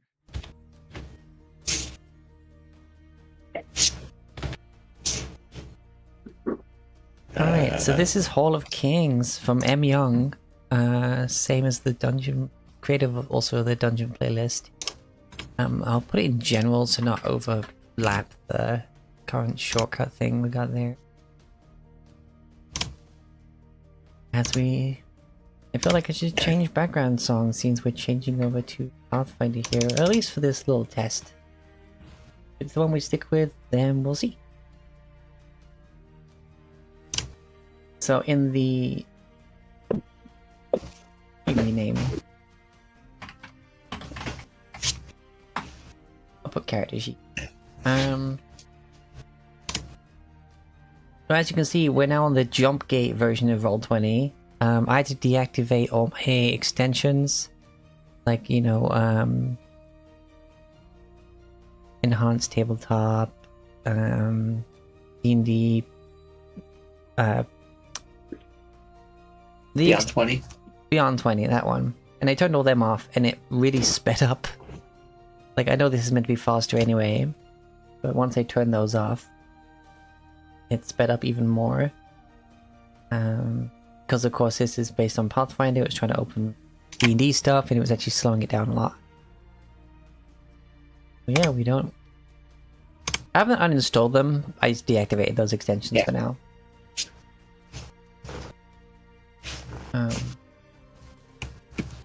Welcome to Pathfinder 2nd Edition's beginner box. Woohoo! Now, Just gonna wait for Maxine to load in. yeah. Basic question. For this little test thing, are we doing... Because, like, I've opened the demi-plane character builder that you tossed over earlier. Yeah, well, for now, for the test, we're gonna be using these pre-gens.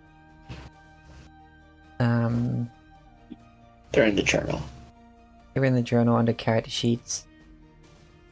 I've made them visible to all four of you. Yeah.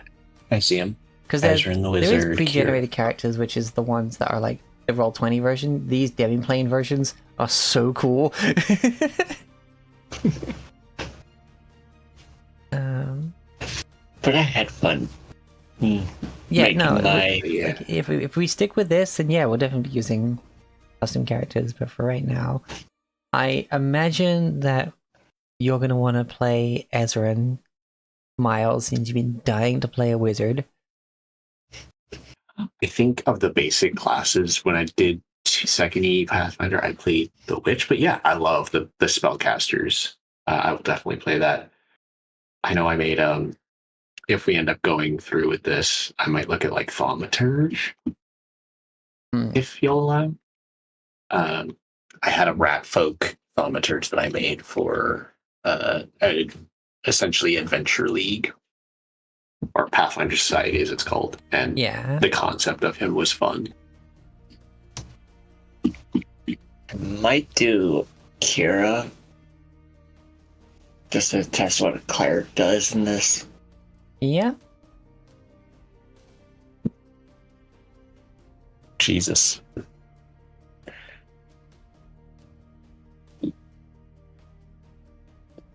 Getting hungry. When I made my character, there wasn't a whole lot of choices based off like classes and races and all that. Yeah. So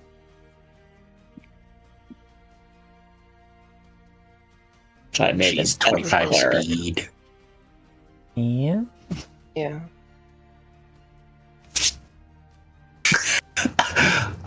I love this.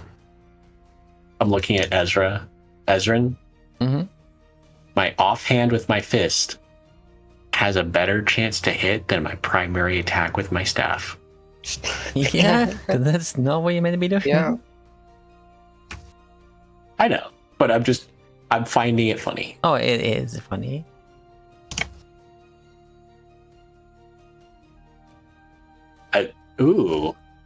I never noticed the difference in the naming of the items.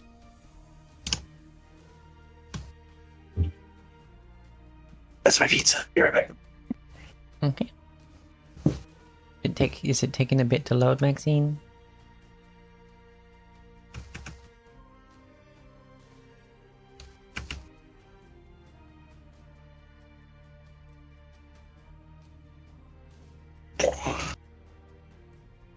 Wields a scimitar.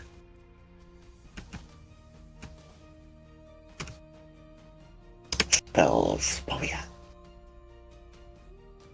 Daze, Divine Lance, Guidance, Light, Stabilize.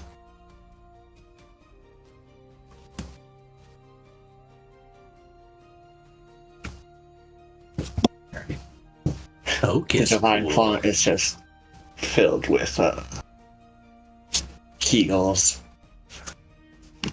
Wizard cast. Wizard spell So seeing this does help a little bit, because it's like I only have one choice for a heal Divine Font. It's just like, okay, I got heal. Guess I'm leaving the others blank, but seeing this, all 4 slots are heal, so... Wait a minute. Yeah.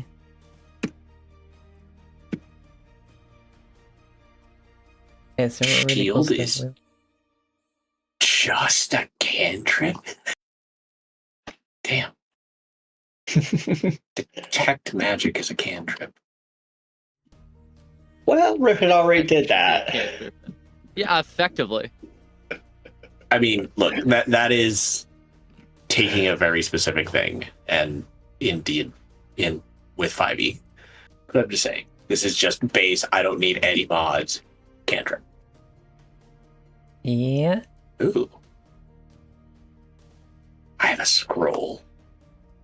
Interesting. What the heck is a focus pool? But it's cool because it basically lets you just use the raise your shield action. Which is fun. Yeah.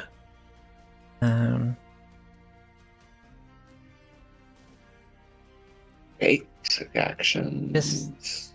Are you having any trouble, Maxine? I don't see you in the game.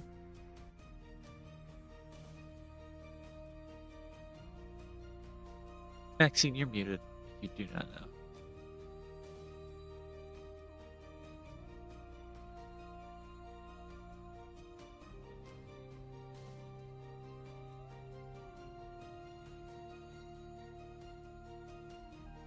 Versatile humor, trained with light armor. I think Maxine is sleepy. No. No, I'm here. No one said back or anything, so I was confused for a bit. Yeah, that's fair. I just saw everyone on mute and I was like, oh, hi. Yeah, my bad. Alright, so yeah, we're gonna test this out for a little bit. The link to the Pathfinder Roll20 game is in the Tavern of the Pathfinder 2e section. We got 4 pre-gens to use just while we learn stuff. That little cheat code has like the full list of basic actions on that QR. Yeah, even the character sheets have it. Like,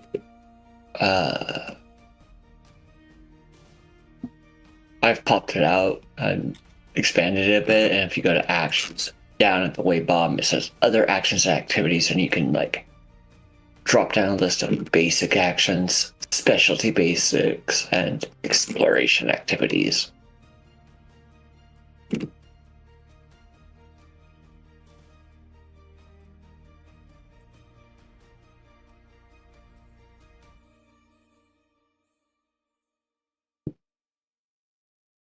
Beat, refocus. I don't think it is. But yeah, it's pretty cool how it lists out all the stuff you can do.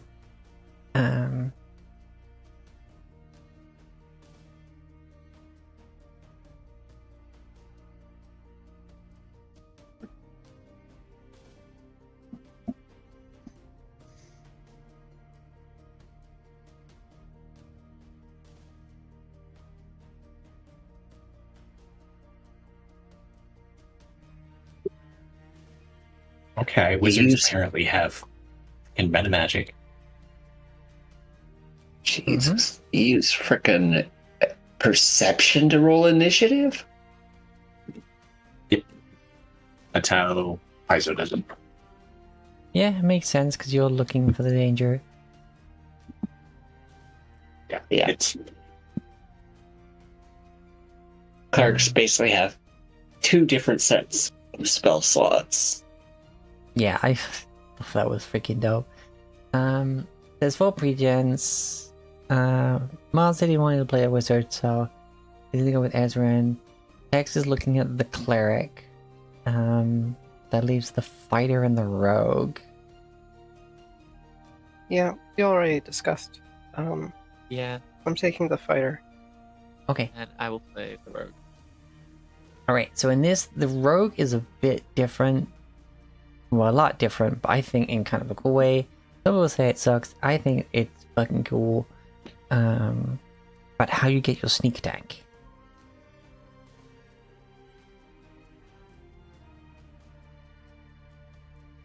I was just about to look at that. It's when your enemy can't properly defend itself, you get additional damage. If they have the off guard condition.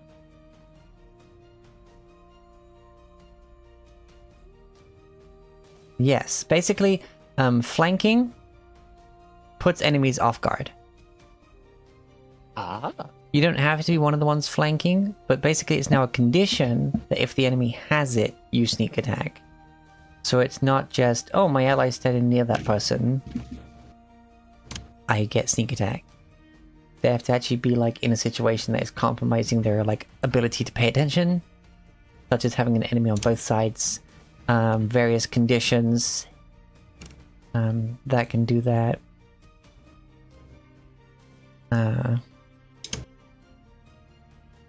Let me just got a conditions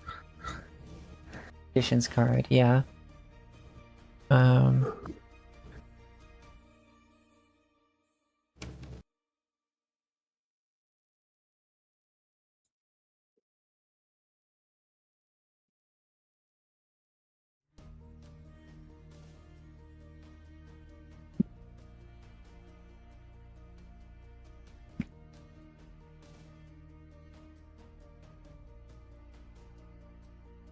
Oh, wait, no. Apparently being flanked only makes you off guard to the people flanking you.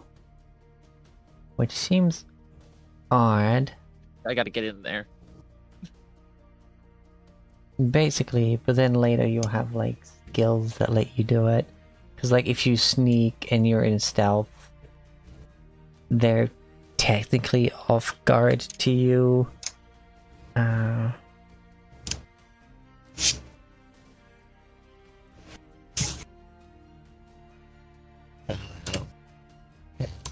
There's no breath weapon.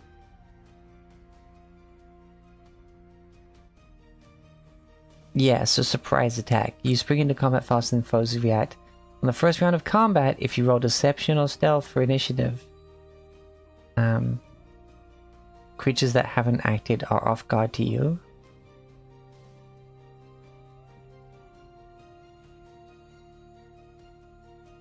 It's very interesting.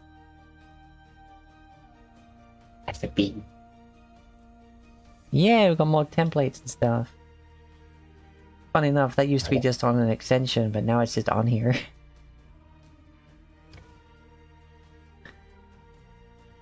And yeah, basically, one of the major differences is that you have 3 actions.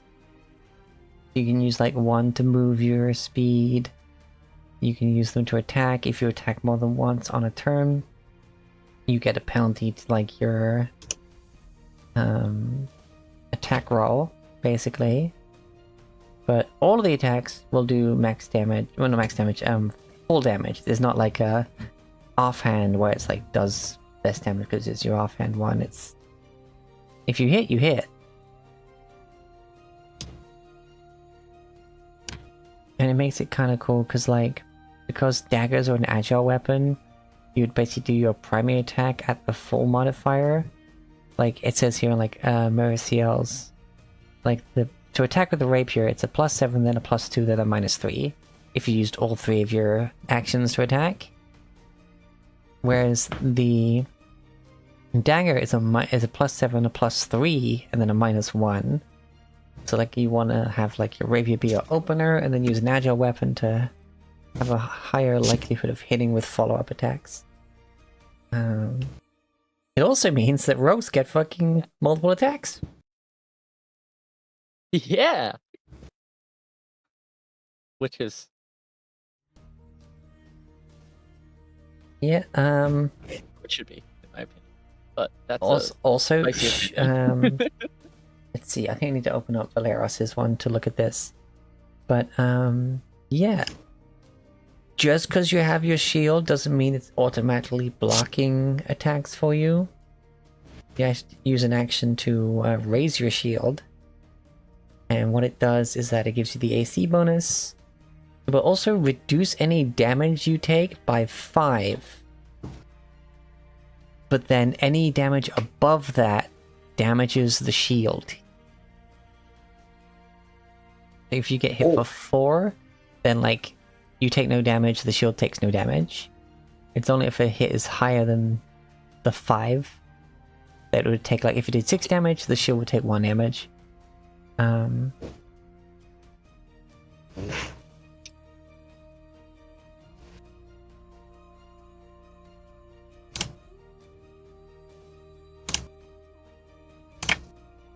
that's kind of like brings into the whole dynamic of like, as you progress, you'd want to get like a better shield that has more hit points, etc.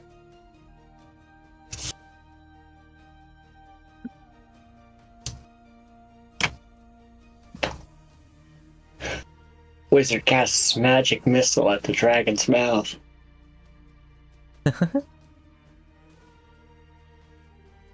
Divine Lance! So as you can see here as well, the amount of times I was saying like reflex saves or will saves the kids, because I was still thinking of Pathfinder 1st when I played that first of all.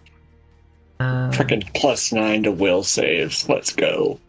Yeah. +4.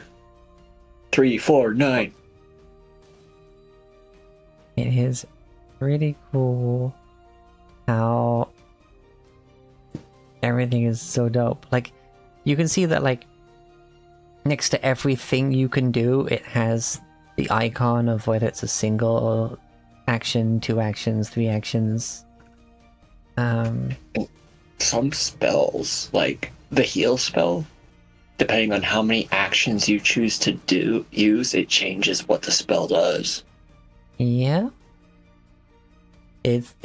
I'm already liking it without even playing it, really. But yeah, take a moment, look through your character sheets. That cheat sheet I put in the tavern channel.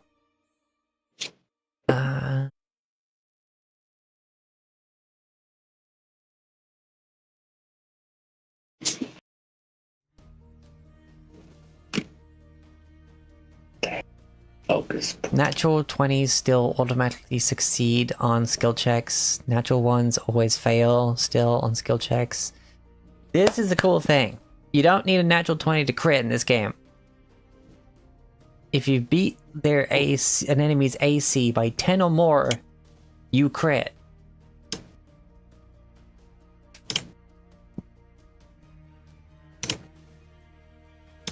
Same thing though, if you fuck up by 10 or more, that's a critical failure.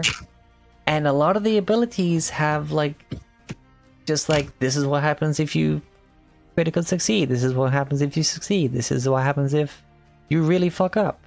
Like, you know, trying to shove someone with your shield. If you fuck up, you go prone.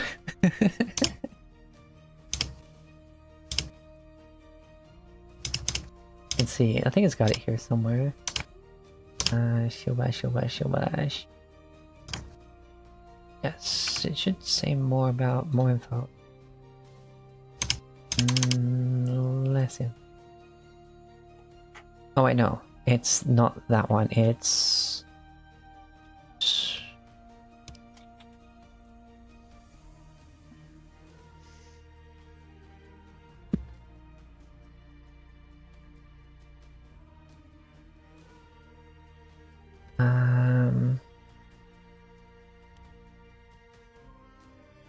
Where is it here?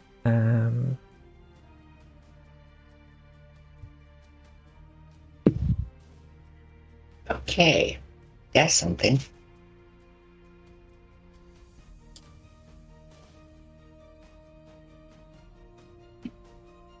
But all button doesn't work. The all button? Yeah, I noticed that too. So like if you filter your actions or whatever by like, oh, this costs 1 action, 2 actions, 3 actions, or it's a reaction, or it's a free action, trying to click all to remove that filter doesn't do that. Oh, it works for me. Works for me as well. But then I also made an additional copy of the character sheet so that I can edit it. Oh, yeah, no, hold on. I need to actually, like, assign it. So this one can be edited and controlled by Maxine. Might explain why, because it says read them. Yeah, so hold on. Text.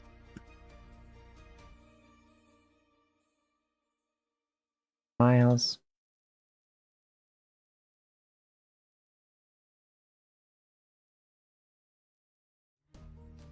Skylar, there we go. Okay, so you all should have control of the base copies. Oh.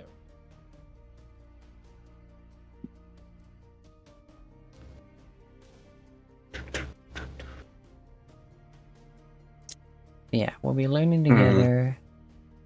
We got the... I don't...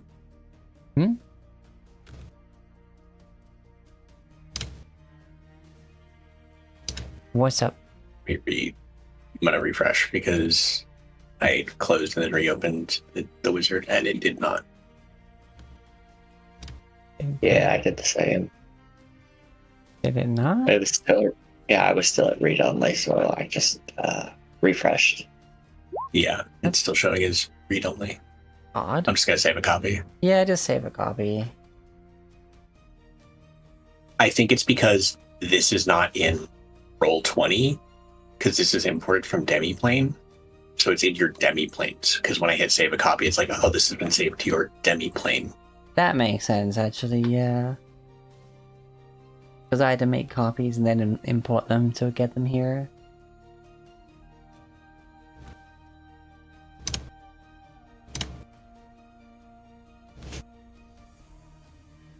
Oh yeah, and if everyone has made their Demiplane account, you can link it in your Roll20 account, and it synchronizes purchases between the two.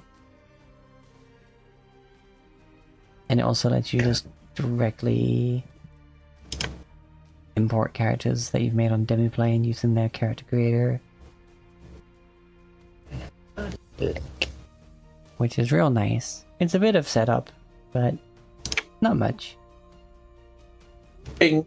I'm linked. Took 2 seconds. Nice. I will be sharing content I buy with all of you, obviously. Like when I get the full version of this, etc.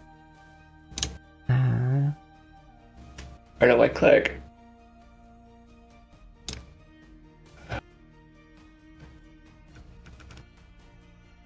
Answer in copy. Yeah. Yeah. There we go. Okay, then I'll get rid of this one. This one. Account settings. Link account. Account link. Thanks for 20 account. There we go. Now that stuff works. Right? Bonded item. What is this? Okay. Having fun with the spells tool? Yeah. Any questions about your character so far? So how did you get the short bow to show up on Skylar? I clicked it. That's really all I did. I just clicked on it. Weird, because it might be because I'm on the demi plane. Oh yeah, you still got to go into the journal part of Roll20 and then click plus character demi plane and then click on the character you're playing and it'll bring the sheet to Roll20. Right. Oh.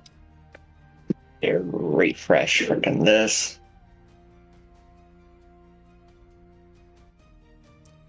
Journal. Character. How we doing, Maxine? Need any help or anything?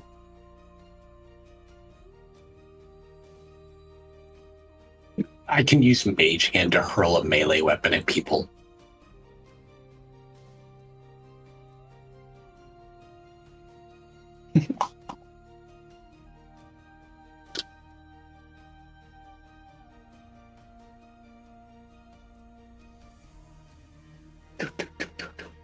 There we go.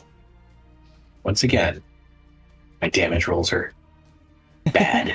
Yeah. That's why when I played Sorcerer in my 5e campaign, it's like, I'm getting a powered spell. I love how animated these sheets are. It's pretty cool. Jeez, I said that would be a crit.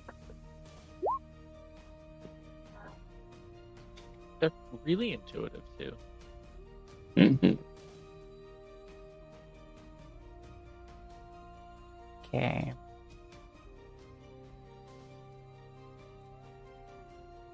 I don't wanna start until we're all kind of here. Oh, Weedy Bread. Oh, bless you, Weedy Bread. Oh, geez, sorry. Well, I mean, we can all kind of agree here that Weedy is the sweetest, cutest little chinchilla there ever was. And that your support in the Discord, in the stream chats, like, this is always a really good start to the day, or any part of the day, really. And yeah, I just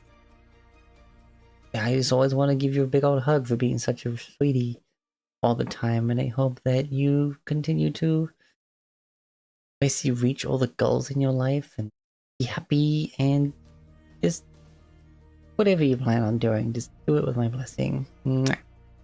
And now a stretch redeem, everybody. Stretch redeems. I stretch. Oh, I almost popped. My shoulder popped. That's nothing new.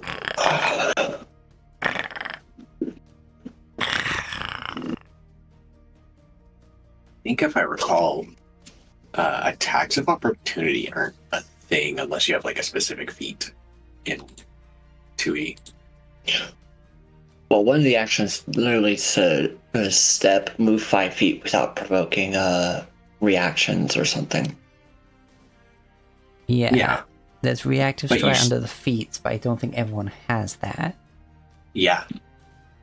That's the thing. Like, if you want, you're like, you can gamble. Does this enemy have the ability to hit me? Yeah, because like Kira doesn't have it. Yeah. I have no reaction. Do I have any reaction? Aid. Aid is like a basic reaction. Aid, arrest a fall, and grab an edge. Okay, what the heck is this bonded items thing? Oh, it's part of my arcade one. Nice. I just love the fact that I have 2 spell pools. It's just like my healing spells don't detract from my normal spell casting. Yeah, I have a. It's weird. I have something that's called a focus pool, and I have no idea what that is. Yeah, I've got that too. But I think that for me, that's like my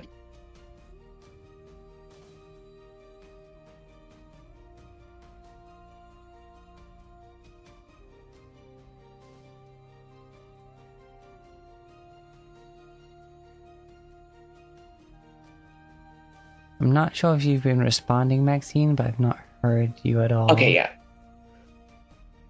If you look down at your spell slots, Miles, you might have like 2 different pools.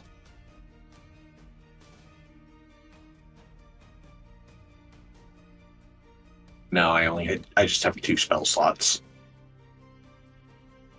Because I've got 2. I've got 2 first levels and 4 divine font spells. Yeah. So those divine font spells are my focus pool. Yeah, I think your focus pull is the Hand of the Apprentice. I Where mean, it it's a says school spell. F. Because, like, I was like, is the focus pool something that's consumed? Yeah. Like, if you click on the word focus pool, focus it'll spells are a special explain type it. of spell obtained directly from a branch of study, from a deity, or from another specific source. You can only learn focus spells through special classes or feats, rather than choosing them from a spell list. Furthermore, you cast focus spells using a special pool of focus points. You can't prepare a focus spell in a spell slot or use your spell slots to cast focus spells. Similarly, you can't spend focus points to cast spells that aren't focus spells. Even some classes that don't normally grant spellcasting can grant focus spells, such as the Ranger. Focus spells are automatically heightened to half your level rounded up, just like cantrips. You can't cast a focus spell if your minimum rank is greater than half your level rounded up, blah blah blah. Casting any of your focus spells costs you 1 focus point. You automatically gain a focus point the first time you gain an ability that gives you a focus spell. The maximum number of points in your pool is equal to the number of focus spells you know, or 3, whichever is lower.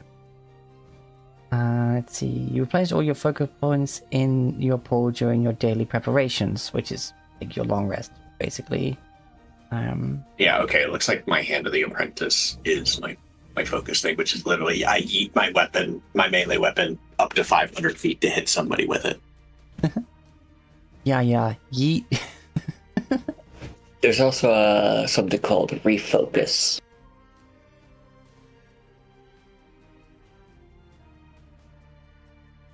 Yeah, reading that, it's you take 10 minutes to just get a focus point back. Yeah. Fair enough. Alright,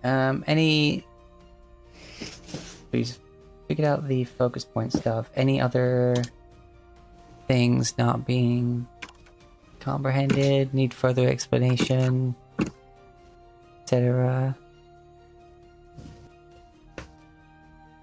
I'll say. I think I'm completely lost, but I guess I'll figure it out. Oh, okay. Right. So. Okay. Okay, let's go from the start. You're in the game. Got that bit. Have you made a demi-plane account? Yes. Okay. Have you linked that to your Roll20 account? No. Okay. So go to the front page of Roll20 and under... Saying this right. Yeah, click on your account name. Yeah, what the hell? What's up? For some reason, just I clicked on my bookmark to Roll20, but even though it's to Dragonfall, it sent me to Pathfinder test. That's so weird. Oh, yeah, it's a weird thing where it just opens up the last game you went into. It's weird. Yeah, you want to go to the your username and then accounts, my account. And you'll see Demiplane account link there. Yeah. Yes, we. Yeah, and link. Okay. Okay, and then just click sync content for the sake of it. I'm not if you have to do that, but might as well be safe. And then once that's done, switch back to the actual game screen, go into journal plus character, and then click Demiplane. And that's where you can select Valeros. If he's not there, right click Valeros. Wait, no, not right click. Click on Valeros, and on the top, near the top of the sheet, it should say "This is read only. Make a copy."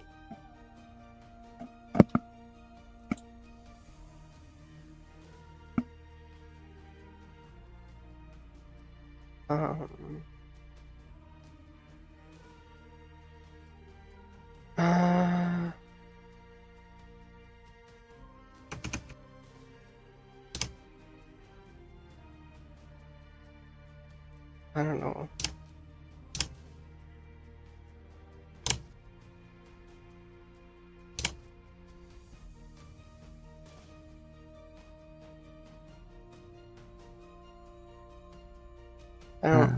I'm not seeing what you're saying. Okay, so you have Valeros' sheet open in Roll20. Yeah. At the top.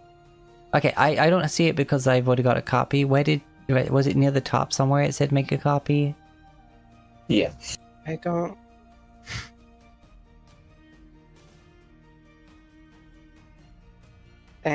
No, I don't want to make more characters. It's okay. Can you share your screen?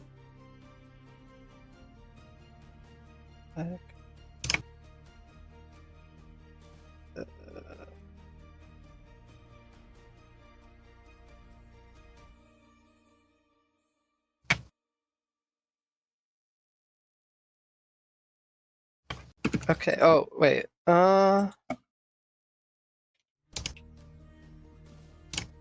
I mean, like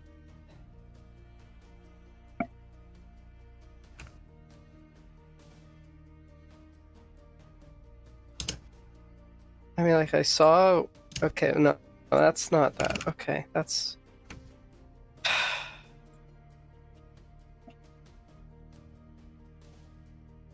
I don't. Okay. Surely it would be right there. It should be. Which version do you have open? The pre-generated or the one under character sheets? I don't have. Well, I mean, where's the in copy? the Roll20? I mean, in the journal section. Right. Yeah. You got the character sheet section at the top, right? Yeah. Okay. So that Valeros there, it should have it at the top. You're not seeing it. Don't know what's going on. Oh wait. Now it's under my control. Okay.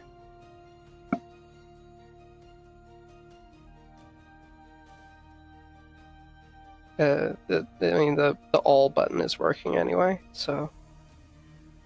Oh, okay. I guess.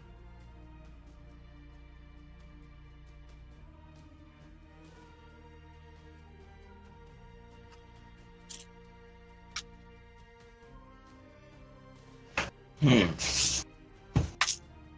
so as long as that's work, try rolling some attacks and stuff.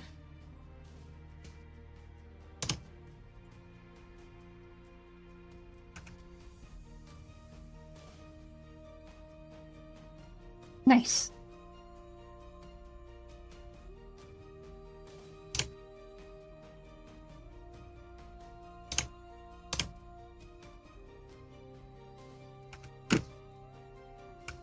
So apparently my divine font is not my focus. Interesting. Oh, also another fun thing. You don't roll stealth. I do. Oh, fun. That's cool. It's a weird two-stage process. You have to get out of sight, hide, and then when you move, that's a stealth check.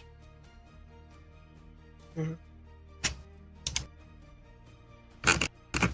So it's a weird thing that you don't know if you've stealthed well or not.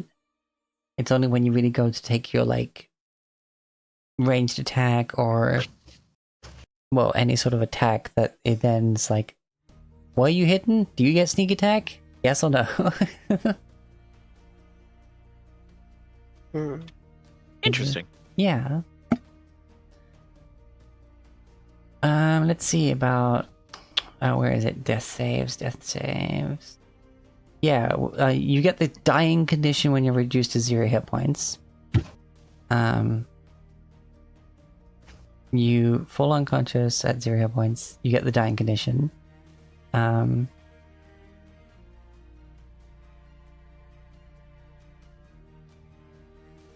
you get dying too if the attack was a critical.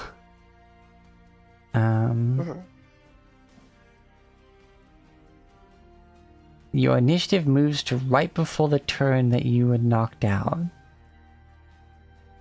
Yeah, I don't quite see how... Yep. You gotta roll d20, see if you get better or worse. The DC is 10 plus the value of your dying condition. If you succeed, the dying condition value goes down by 1 or 2 on a critical success. If you fail, it goes up by 1. If the hero ever gets to dying 4, they die. If they get to dying 0, you lose the dying condition but remain unconscious. Healing hero, who is at 0 hit points, also removes the dying condition, and they return to consciousness. Either way, though, if you've gone down, you get a wound. What a wound does, I'm just double checking, I think it's... a wound basically makes it so that your... next time you go down, your stage of dying will be, like, 1 more. Until you get, like, properly healed. Falling cover. Ah, here we go. Getting knocked out. When you get knocked out and come back, you're in greater danger. The wounding condition makes your dying condition get worse faster. Okay.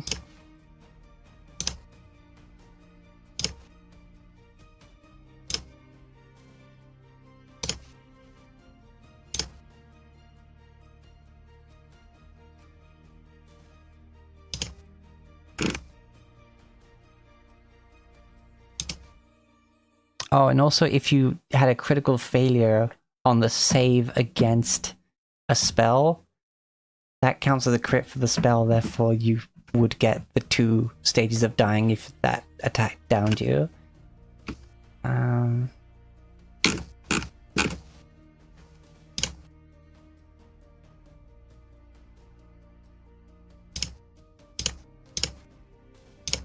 If you already had the wounded condition, every time you go down again increases the value by 1.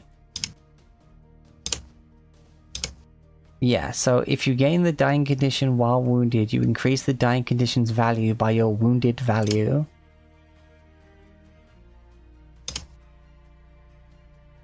If you get hit points successfully restored by using the medicine skill to treat wounds, or if you're restored to your maximum hit points and rest for 10 minutes, you lose the wounded condition.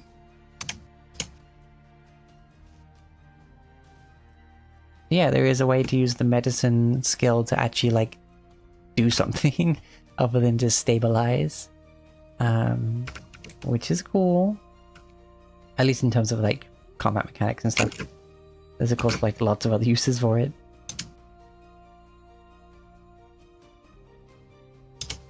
I got sirens knocking at my door. Hold on. Okay. That's not good.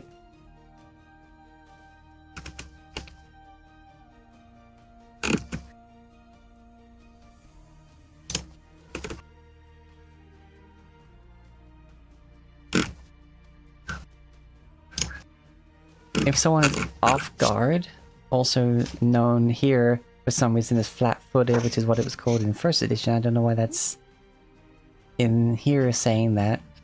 Basically, you have a -2 to your AC.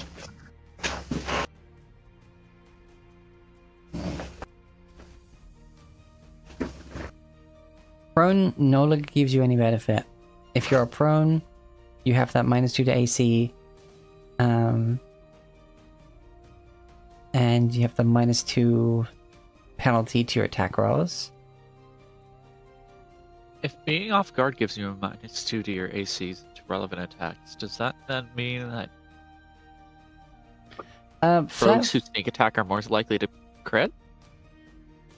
Oh yeah, because it lowers their AC by 2, therefore it's easier to hit the 10 over. Yeah. Hell yeah. If I think, hold on, I think critical hits in this one, you just roll the dice once and then double it.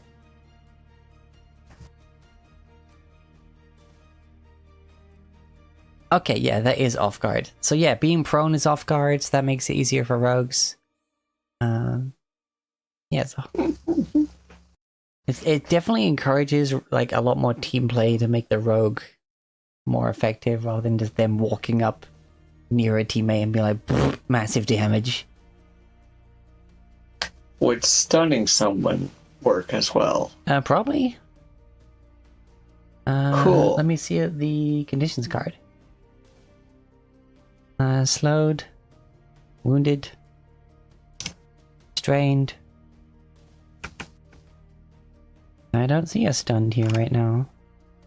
Because I have a spell called Daze, and it's like, hey, I do 1d6 damage to a person's mind with a basic will save. If the target critically fails to save, it is also stunned 1. Stunned 1. Okay, then this conditions card is not complete. The beginner's guide, I guess. Back, look out. Okay, I'm back. Welcome back. Everything okay?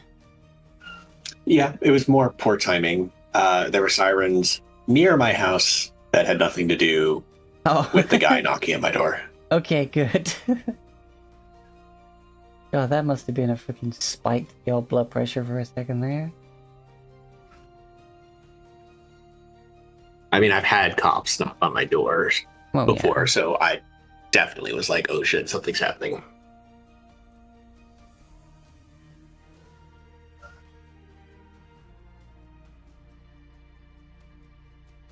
Yeah, where the hell is the...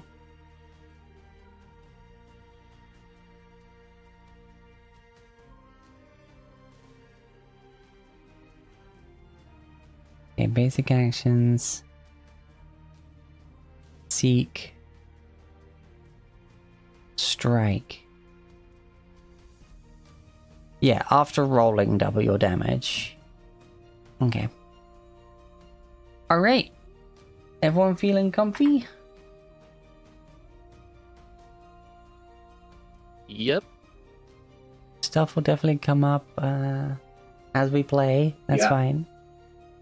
Yeah, I mean, I feel like you covered on a lot of things that were like, maybe we could cover that when it when and if it comes up, but because it was a lot of information getting thrown about. Yeah. And I'm like, I don't need half of this. That's true. I'm sorry.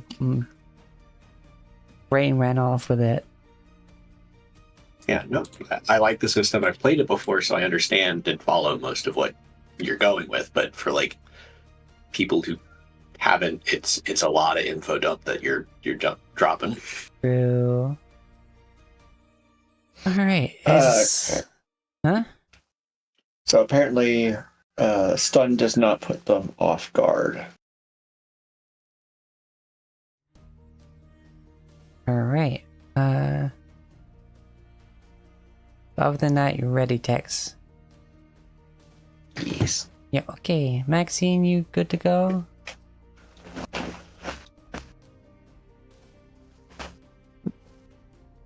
I guess. So, well then. This is Otari. The small seaside town of Otari is known for its fresh fish and skilled sailors, but above all, the big logging town, providing valuable wood to the nearby metropolis of Absalom. But for you, Otari is home. You grew up playing on the docks, getting lost in the nearby woods, and hearing the fantastical stories of travelers from faraway lands, tales of terrifying dragons and virtuous knights. Such adventures always seem so distant. Until today.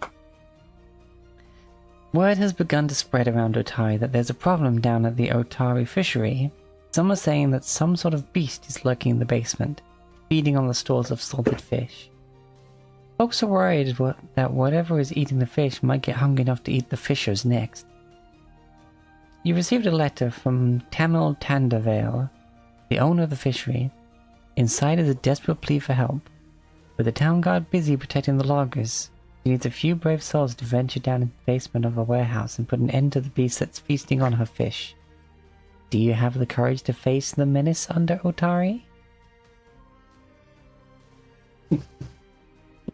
Yes. Alright. We have the pre-gens here, but you know, just for posterity and kind of easing into it, would everyone like to introduce their pre-generated character?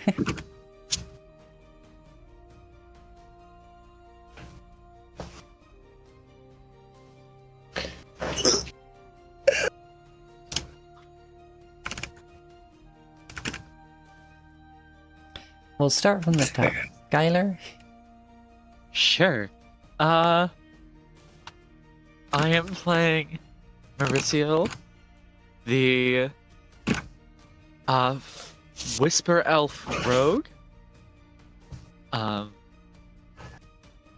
He was apparently a smuggler. And a thief who has spent a good amount of time in this town's underbelly. And I'm excited to figure out what's going on with the rest of this. Did they not import the bio with this into the character sheet? No. They did not. Okay. Oh. My bad, people. They're meant to have backstories on the sheet. Cool, I made that up on the spot. Okay, apparently I'm fine with not. Yeah, that's fine. We're here to test out the system, I guess. Yeah, we'll just worry about introducing characters when we make characters. Yeah. Okay, yeah, so we have Mauricio the Rogue, Ezra the Wizard, Kyra the Cleric, Valeros the Fighter. And because you want to have adventure, you all descend into the basement.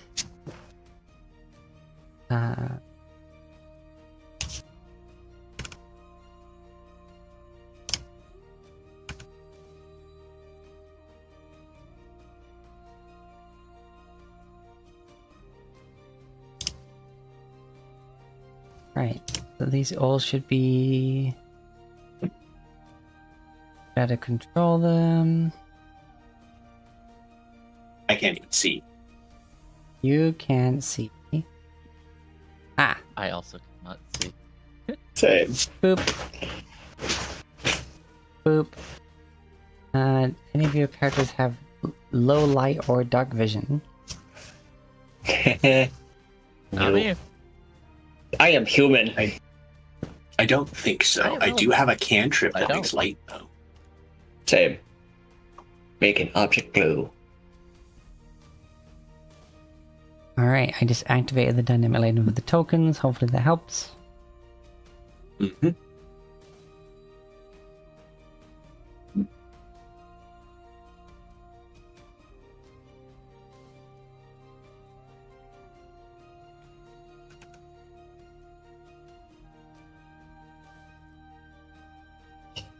You could have 4 light spells active at the same time? Nice. I feel that's better than frickin' 5e. Because like one light spell. This is like, I have light spell here, light spell there, there. Boom. Everybody has a light floating around them. Sustain.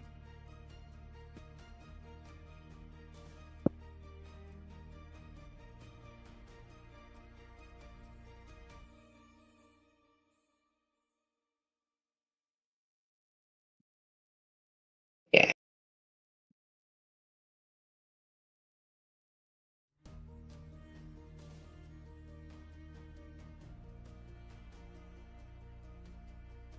Yeah, this is... Yeah, apparently even as an elf you don't have... dark vision...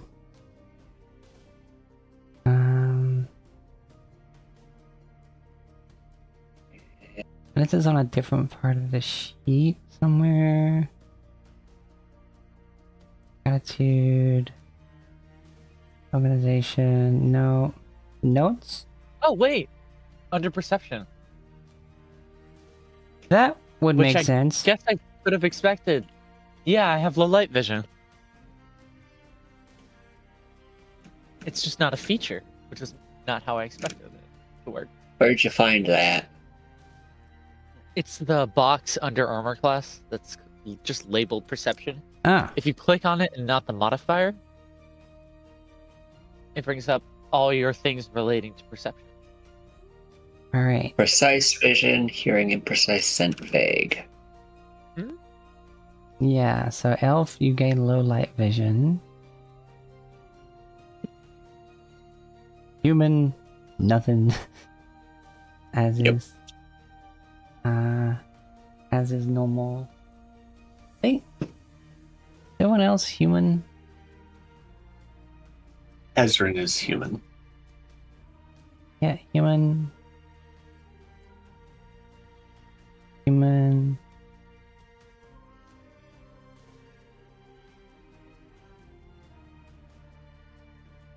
Alright, so let me see about low light. Now, what distance is that again?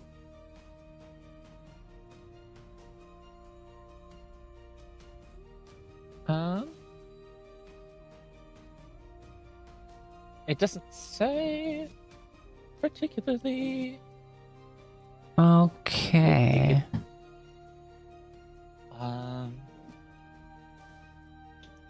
I can see in dim light as if it were bright light. I guess it's not like a distance thing. I just see in dim light as though it's bright light. Okay. So that's dim light. So that's like... I don't know how to do that on Roll20.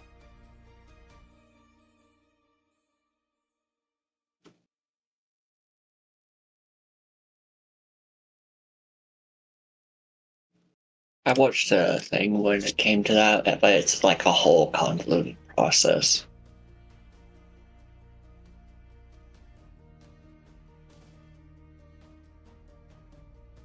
But we can just say Kira, adding to the fact that she can create 4 lights to just follow people around. Everybody has a freaking floating light ball floating beside them.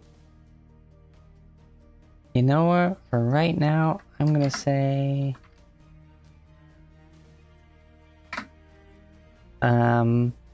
I put on your night... Like, I put on just straight up night vision up to 60 feet, but it starts dimming at 30. Because... Figure that out later. I was fine living with the idea of just not having dark vision at all, so whatever I get is good by me. Yeah. Alright, so... let's get like a... thing going.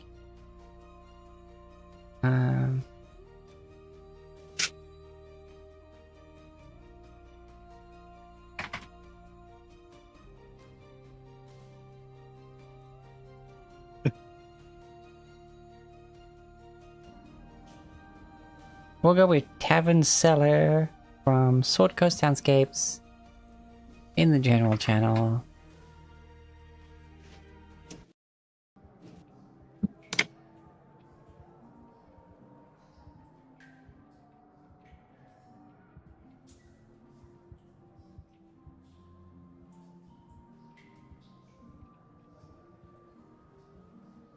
All right.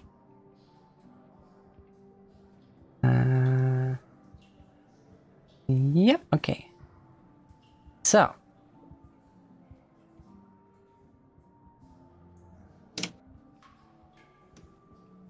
Stairs leading down to the basement of the Otari Fishery creak with age as you make your way downstairs to find the beast that has been eating all the fish. In the center of the room, between some pillars holding up the fishery overhead, are barrels filled with salted fish. 2 of these barrels have been smashed open, spilling their contents on the floor. In the east wall is a large hole opening into darkness. Just a few hours ago, you gathered with a few other adventurers in the office of Tamil Tandavale's office. Okay, and when she offered you 10 gold pieces each if you could put an end to this menace. She was thrilled when you agreed to help her with this simple task. But as you make your way downstairs, you can't help but wonder if this might be a lot more adventure than you bargained for.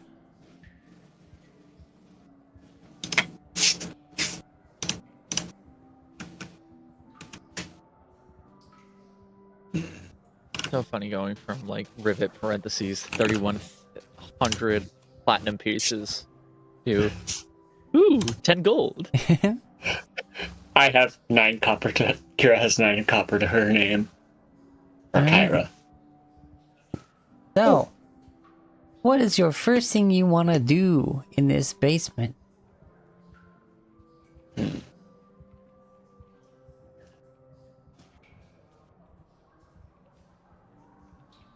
lookout for traps.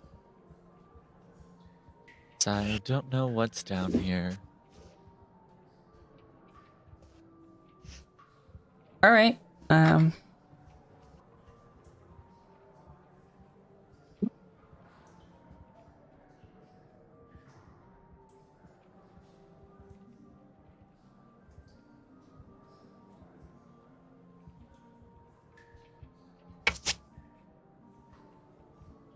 We need a...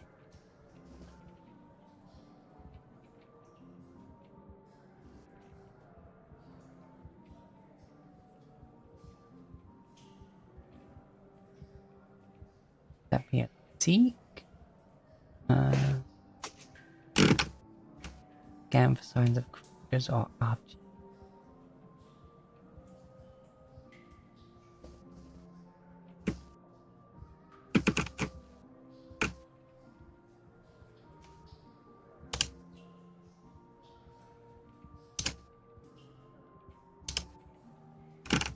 Or do you have as like a specific find trap ability? I do have Trap Finder. So I get a +1 circumstantial bonus to perception checks to find traps. Even if I'm not actively searching, I get a check to find traps that normally require me to be searching. I do still need to meet any other requirements to find any said traps.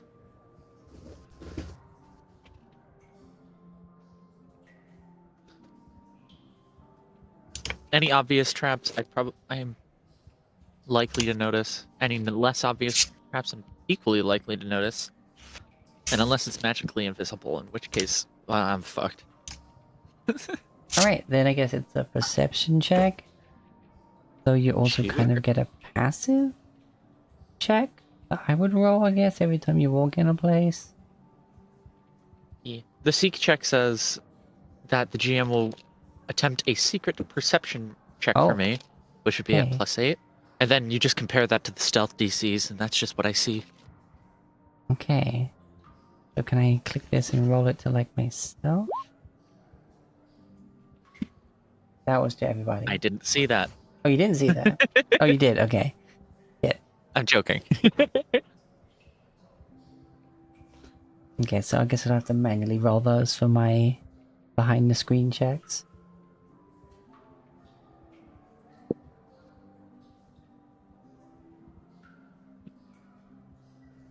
Also, I love the virtual dice on...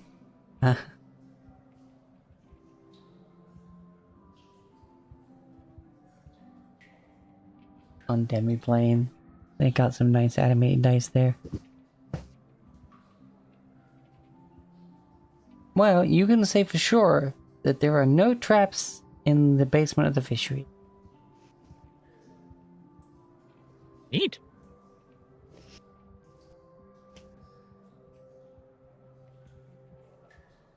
Right,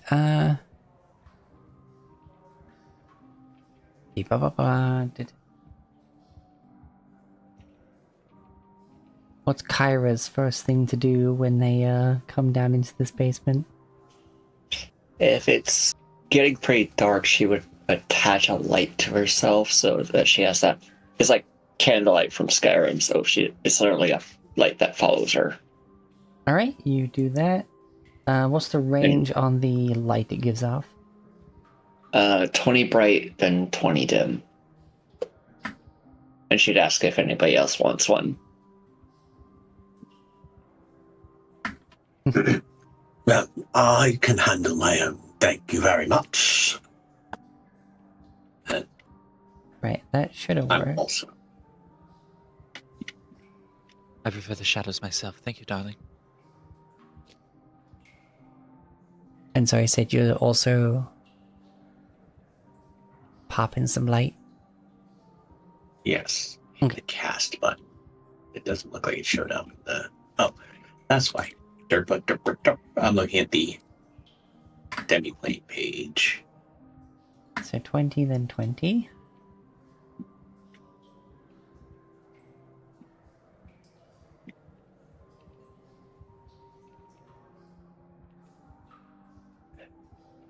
Right, so venturing to this basement, what is Valeros doing?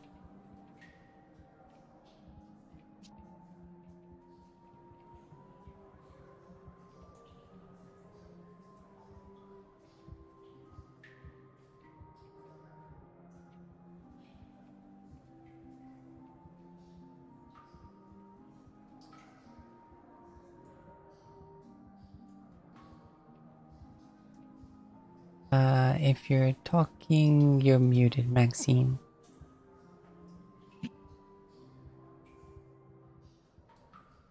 I'm not, sorry.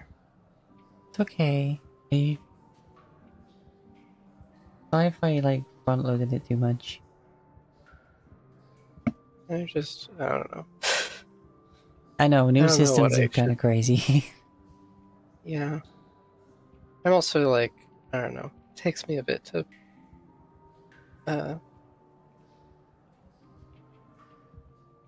actually be interested. That makes sense. It's a one shot. I don't particularly. Okay, I'm sorry. I don't know. It's okay. We're just playtesting the system, and if you like how it plays, we'll do like a proper your own characters, different scenario, etc.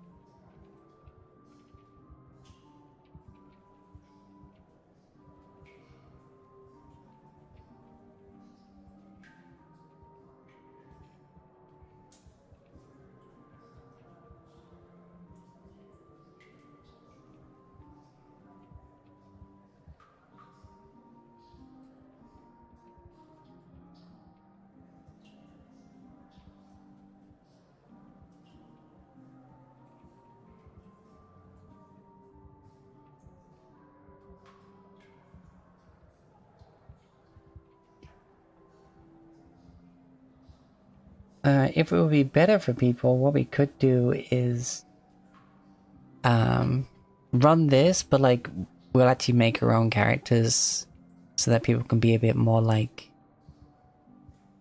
into it. Invested, yeah.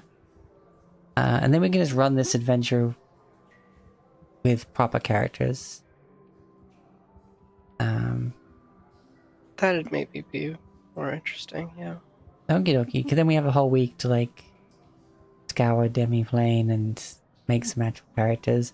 I think your options on Demiplane will be restricted at first until I buy the main books and share it with everyone.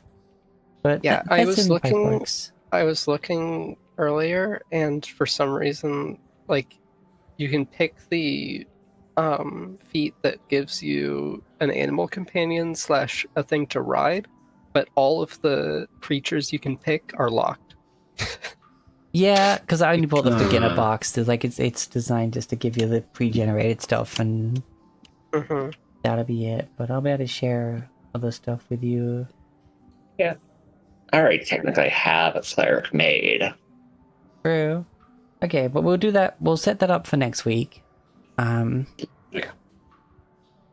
And yeah, because I'm very happy to do that. Because let's see, I know. I guess I was getting overexcited and kind of rushing into it a bit much. But I just want to show the idea of what is it again? The bundle to get all the shit for D&D, like the.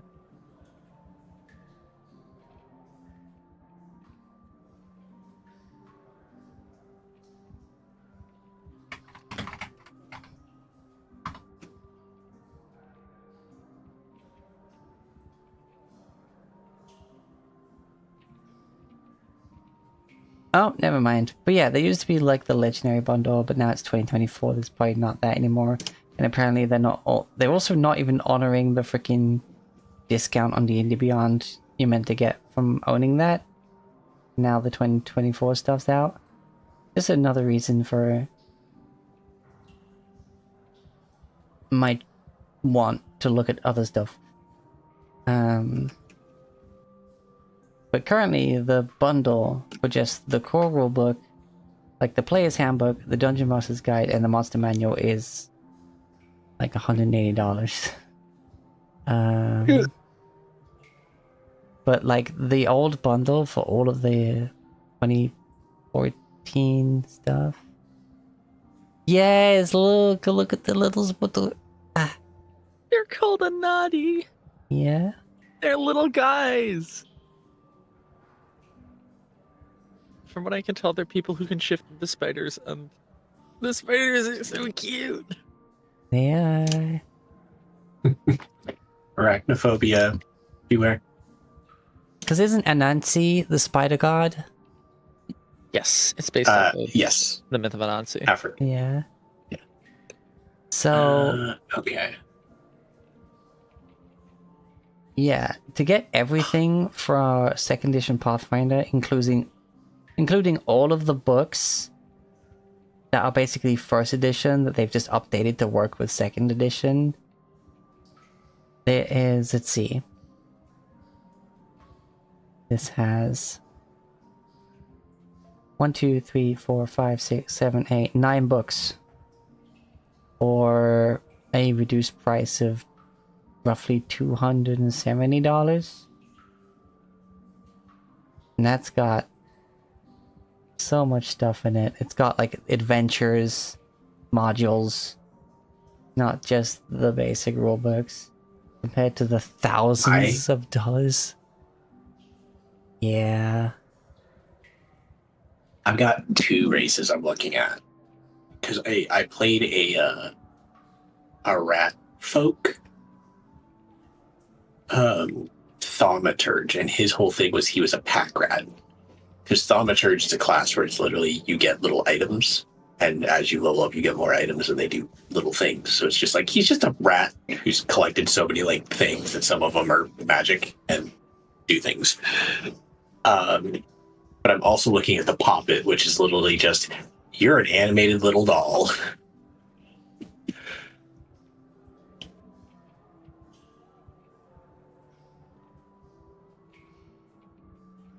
I literally just made a Whisper Elf cleric with a Freerin style thing. Okay. Poppets are flammable.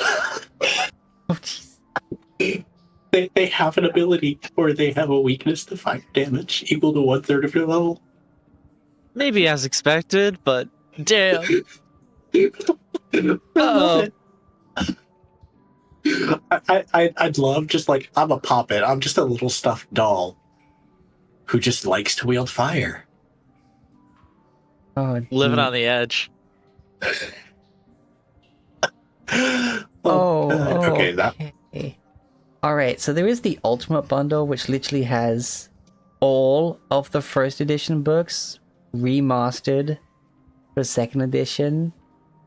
This one's nearly like 3,000, but there's like 1, 2, 3, 4, 5, 6, 7, 8, 9, 10, 11, 12, 13, 14, 15, 16, 17, 18, 19, 20, 21, 22, 23, 24, 25, 26, 27, 28, 29, 30, 31, 32, 33, 34, 35, 36, 37, 38, 39, 40, 41, 42, 43, 44, 45, 46, 47, 48, 49, 50, 51, 52, 53, 54, 55, 56, 57, 58, 59, 60, 61, 62, 63, 64, 65, 66, 67, 68, 69, 70, Nice. 71, 72, 73, 74, 75, 76, 78, 77, 78, 79, 80, 81, 82, 83, 84, 85, 86, 87, 88. We've passed 30 seconds of counting.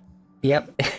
89, 90, 91, 92, 93, 94, 95, 96, 97, 98, 99, 100, 101, 102, 103, 104, 105, 106, Jesus. 107, 108, 109, 110, 111, 12, 13, 114, 15, 16, 17, 18, 19, 120, 21, 22, 23, 24, 25, 26, 27, 28, 29, 40. We're coming up on a minute. 30, 31, 32, 33, 34, 35, 36, 37, 138, 39, 40, 41, 42, 43, 44, 45, 46, 47, 48, 148 books at a 25. Holy fuck. Originally, I thought this was going to be like races. that's the books. That's Jesus. original bought separately $4,000. Discounted down to $3,000 for Fuck. every book. That's every book that was in first edition that's been remastered to work in second edition, and all the second edition books, and a discount on any future books that come out. Oh my god, Poppets are amazing. They're so cute. That is technically $20.28 a book with that price. Pretty good. Yeah. Oh, yeah, no, that 25% off the bundle is 25% off every book that comes out after that.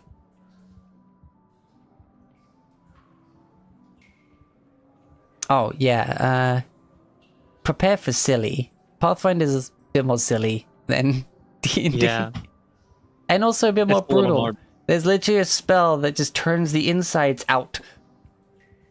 Oh, Jesus. Yeah. Poochie. Okay. I do think. Yeah. What's cool is I can, because I'm looking at like the classes and stuff and the ancestry. The under life. Races are under ancestries, right? Yeah. Mhm. And then like if you click unlock on the ones that are locked, it'll tell you what book it's in. So it's very nice. You can't preview what the class does though. They do have for the classes, they have like the playtest stuff. Yeah. in Demiplane that you can look at. Runesmith, man, if that ever becomes official, I want it.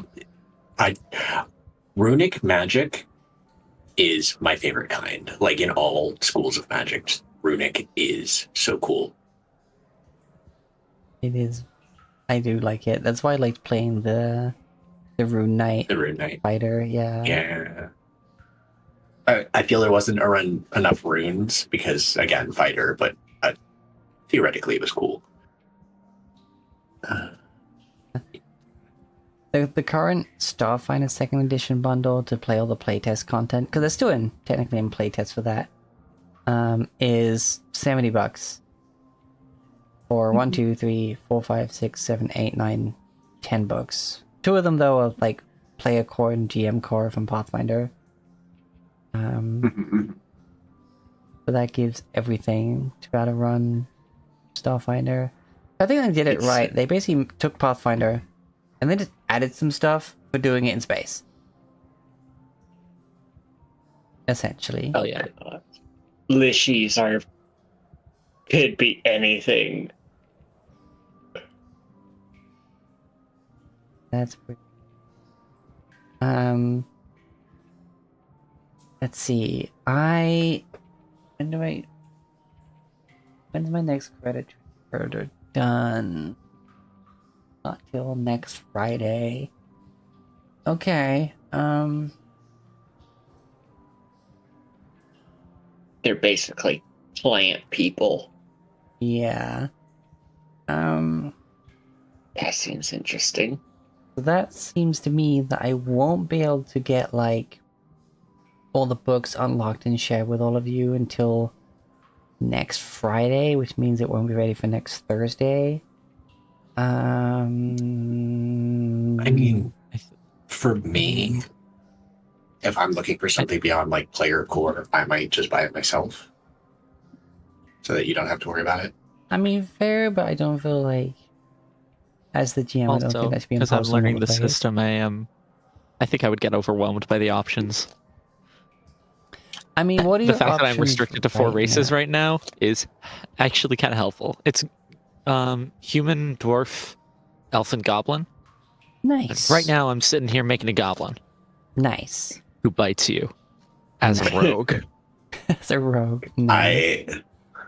I think I played a Pathfinder goblin once as an alchemist. He just threw grenades at people. Incredible.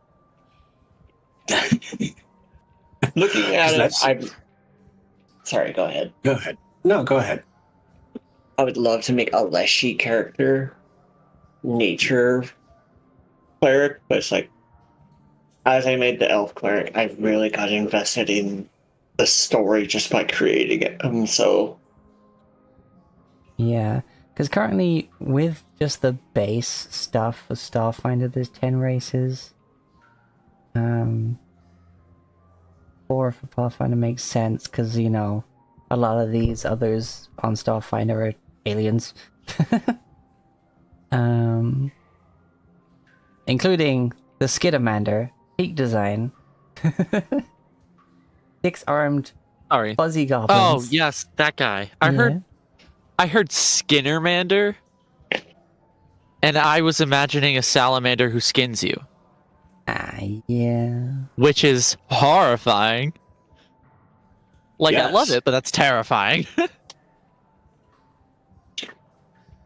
You got the Vesh, which are like combat-loving lizard folk.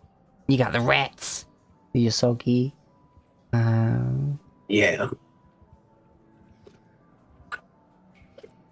Bug people, the Shirin. Telepaths, oh nice. Devoted to individualism, nice. They're devoted to their own individualism, communities, and living in harmony, nice. The Patras, it is highly competitive, known for their achievements in magic, music, and war, nice. The La Junta.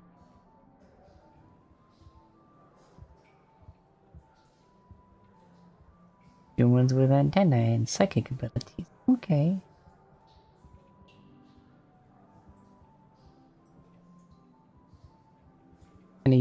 Dimorphism. Okay. Kashata. Four-armed humanoids. Striving for cosmic balance in all things. Wait, I think I saw shorts of someone playing Starfinder 2E with a big robot guy and an alien that was a clone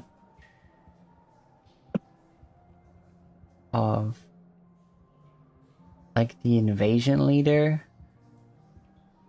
from whatever invasion there was.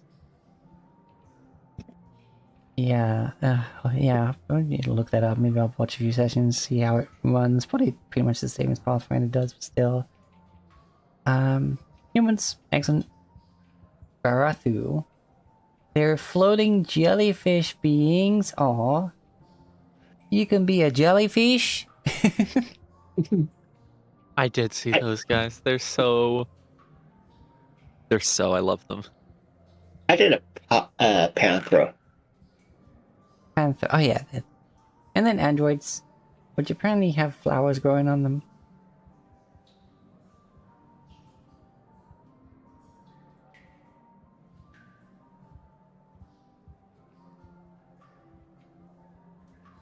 Well, just that one does. Either way. Yeah. Yeah, that's cool.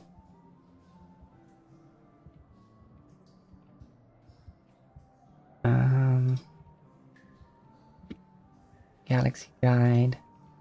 Galaxy Guide, yeah. Yeah, what are the current available classes? Oh, yeah, look at all the classes available. Without any extra books, that's fun.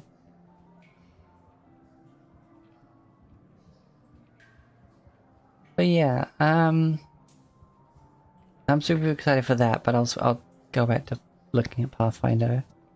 Because Maxine, you said you'd be more comfortable sticking to fantasy than science fantasy. I guess. I don't know.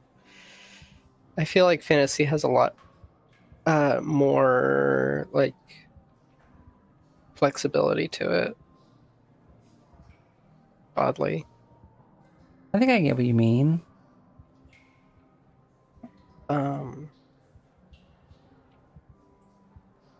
I mean, like, sci-fi, of course, has, like, yeah, there's, like, lots of unknown things and whatever, but, like, with fantasy, it's a lot more, like,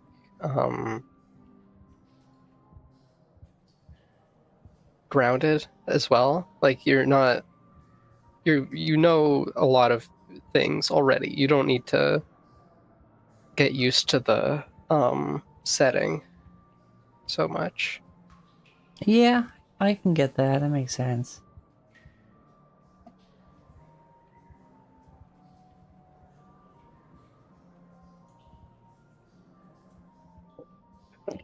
Romancer.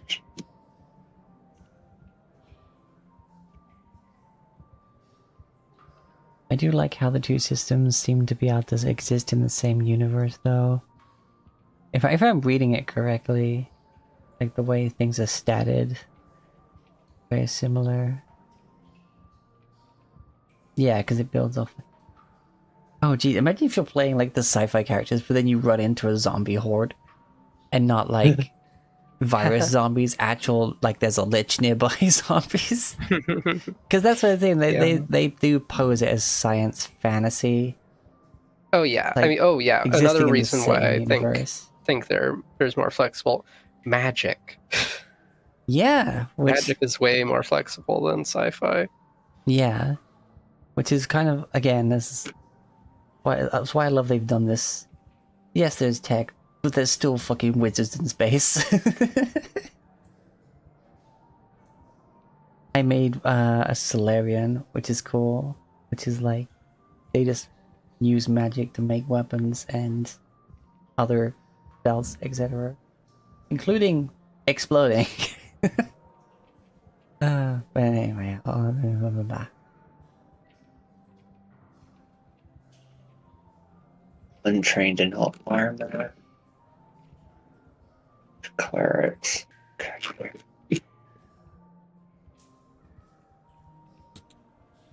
Supernova, 15 feet. Yeah, woof.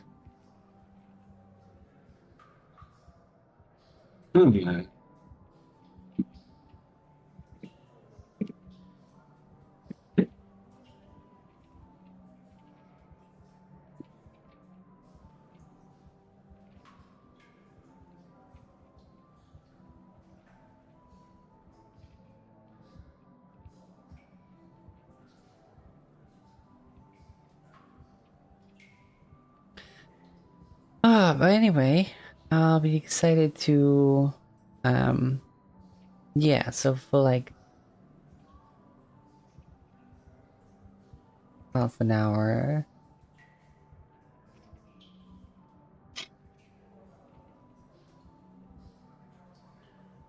Make characters with what options you can.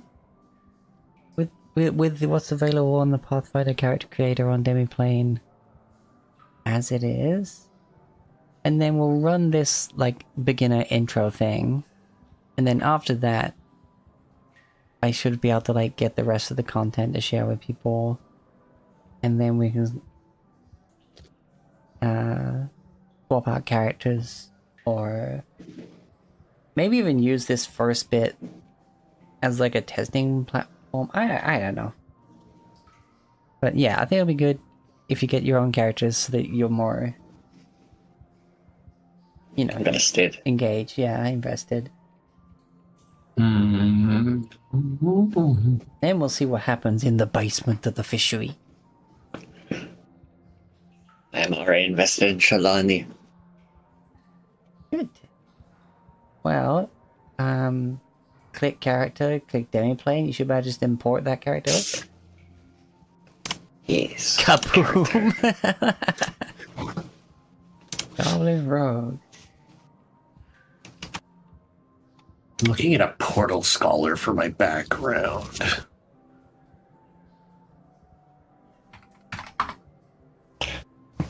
I did Story Collector.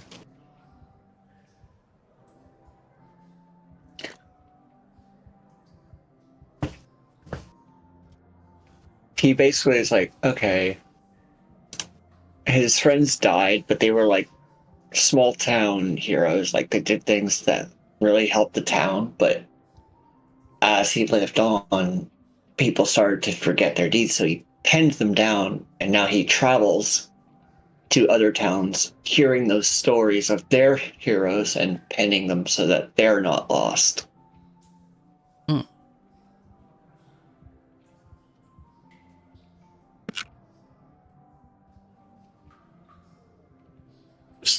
I don't think the Portal Hunters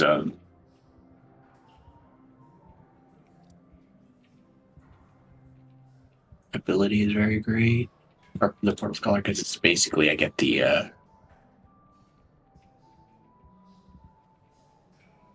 oh. Hello. No, I get a couple things. I will be playing Kaboom. She's a goblin who blows you up and then bites you. I can cast First Rank Detect Magic at will, as if it were an innate spell. Okay, that's cool. Or Yeah. what's Dragon Scholar? Oh, I actually gave you starting gear. Okay, it's just on the Starfinder one that you have to buy it yourself manually. But I like how if you click on add item in your inventory, there'll be the toggle switch to actually pay the money value things. So it automatically puts it in your inventory as well as taking the amount you would spend on it. What should I take?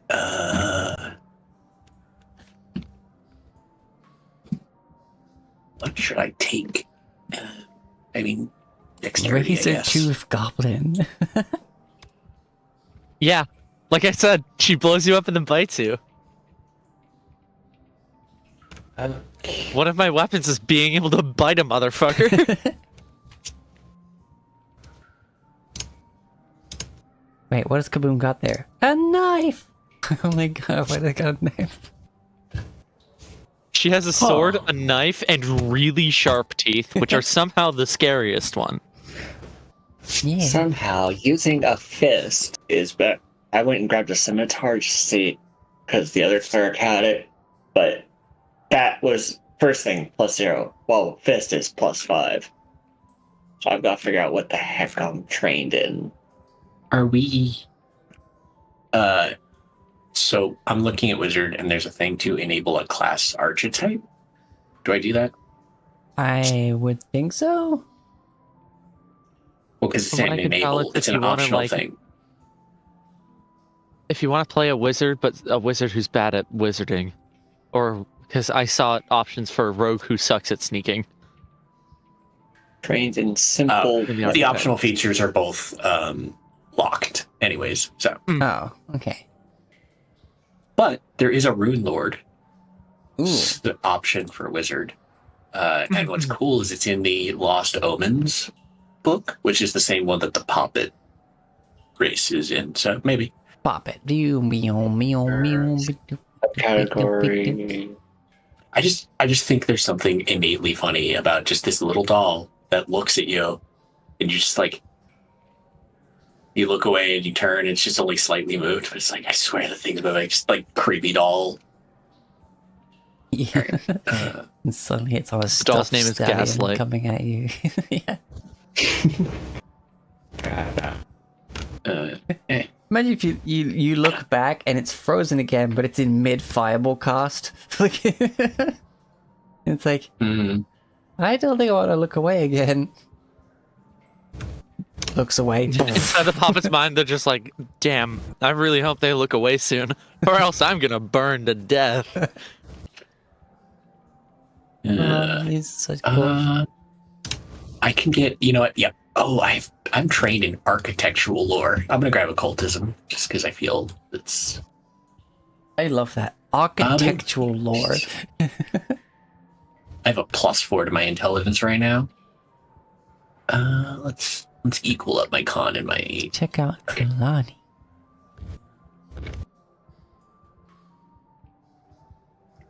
I'm trained in Arcana. Hold on. But I grabbed Arcana.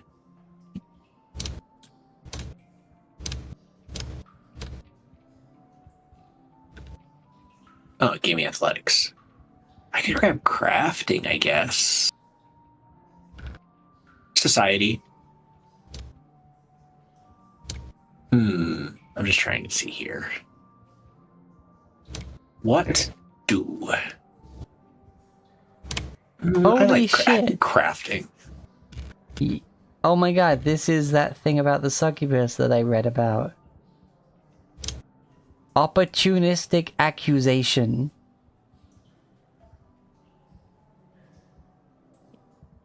A demon you're aware of within 30 feet of you suffers from its sin vulnerability or critical fails on a saving throw against a mental effect.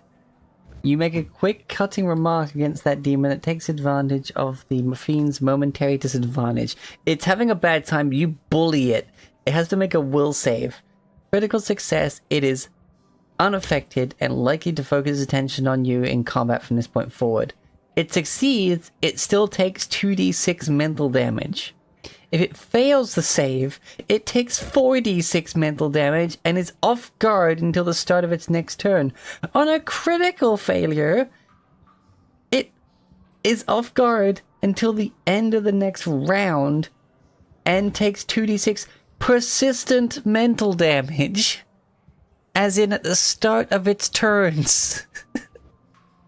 You insult his ass so bad, he's thinking about it for fucking days. Yeah. Okay, hold on. I need to Google.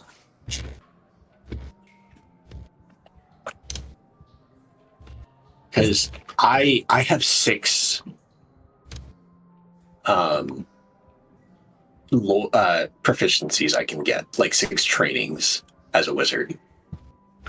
That's a lot. So I'm just going to look at different lore skills, because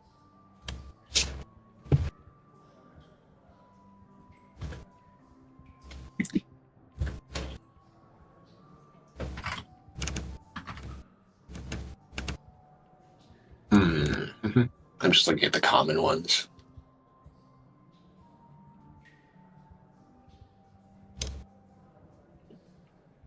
I'm just trying to find something that's a simple weapon.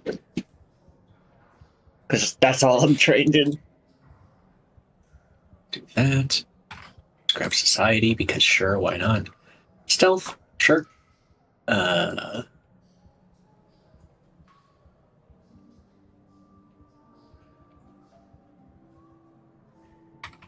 He knows society, but isn't good. Could I grab academia lore on? Yeah. Because with lore, you have to add it, and then you don't choose from the list. You type it out.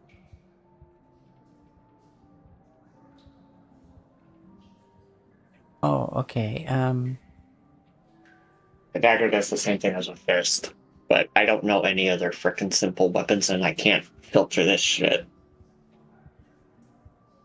to say just simple.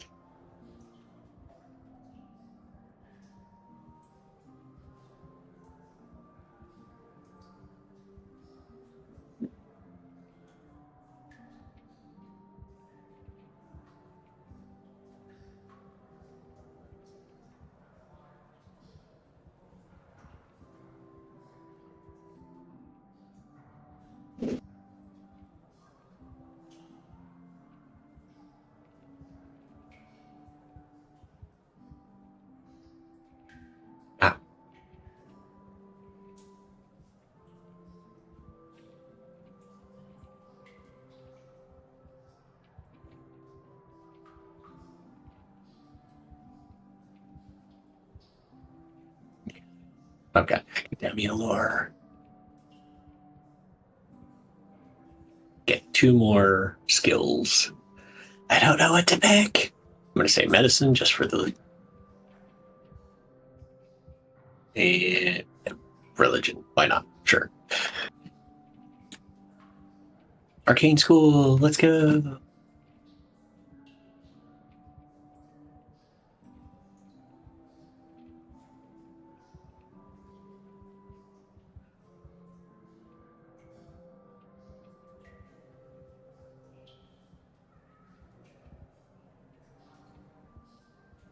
Runic body? The heck?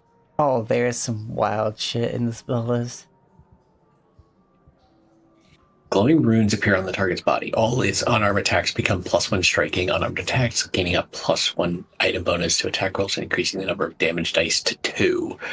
I could basically be like Monk, punch harder. I can do it with weapons too.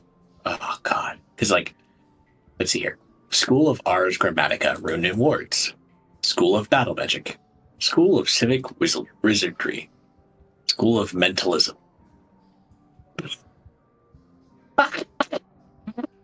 Oh my god. School of Protean Form. The uninitiated often think of wizards as cerebral, focused on their studies more than the body.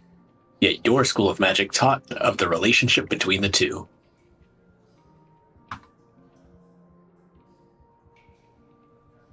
This is literally just spells about buffing the body. You are the Chad Jock wizard, bro.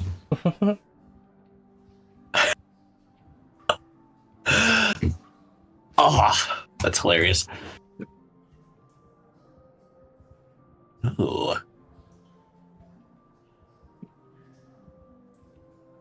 I think I might do School of the Boundary because I feel that fits with my background as a scholar, because it's all about interplanar summoning and all that stuff.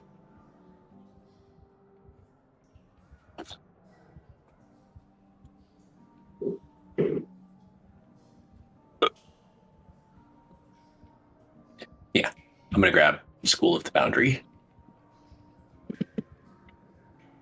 Okay. Oh my god, time for my arcane thesis.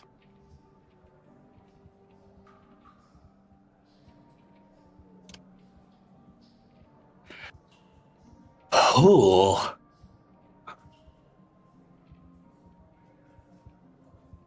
see here.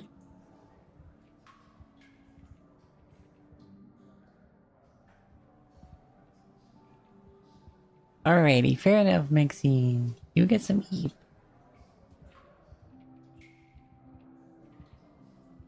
Oh, I saw it ages ago. I think it was a Battle Buddy video about the fact that if you just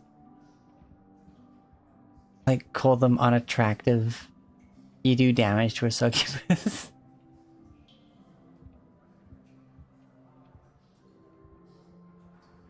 Oh, jeez. This is interesting. One of my arcane theses is spell blending. I can basically trade 2 spell slots of the same rank, i.e. level, for a bonus spell slot of up to 2 spell ranks higher. So basically, it's like I can trade off 2 first level spell slots for a 3rd level.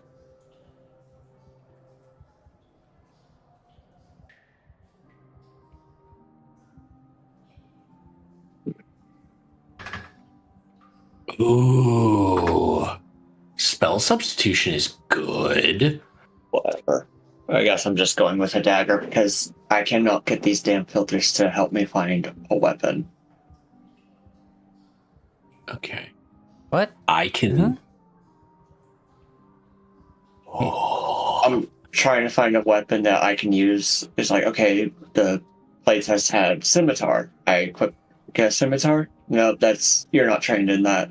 Okay. I'm trying to figure out how to filter it so I can find a non-magic weapon that I can use that's finesse. I do all those filters and it's not even showing a dagger on the dang listing. It's like, Okay. what the hell? You want to... So, basic weapon that's finesse? Yeah. Or simple? You have your Simple. deity's favored weapon and simple weapons. Yeah. What is your deity's favorite weapon?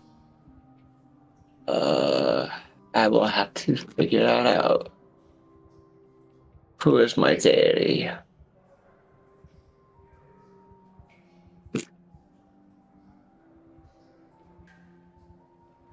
They did not automatically fill that in. Rory, favorite weapon is the fist. So your favorite weapon is punching.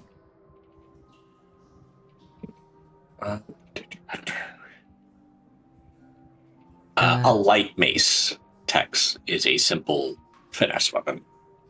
Okay.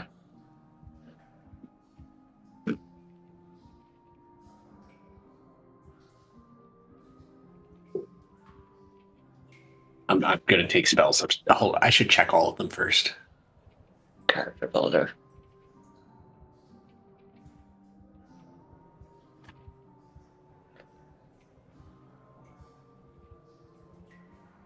I can't.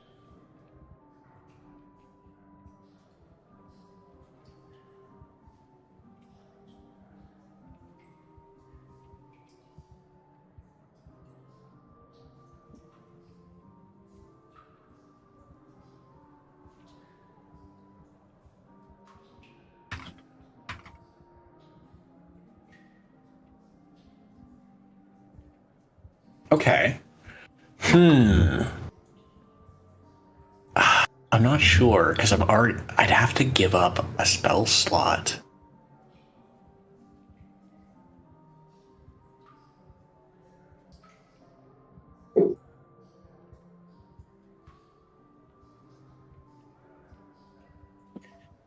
So it's cool. I like it.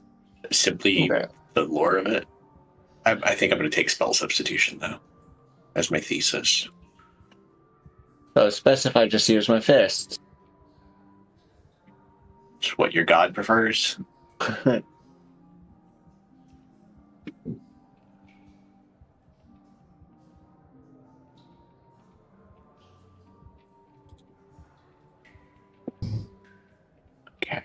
I think I'm done with those. Now for equipment. Quick equipment package. I really wish it auto-filled these things into the character sheet.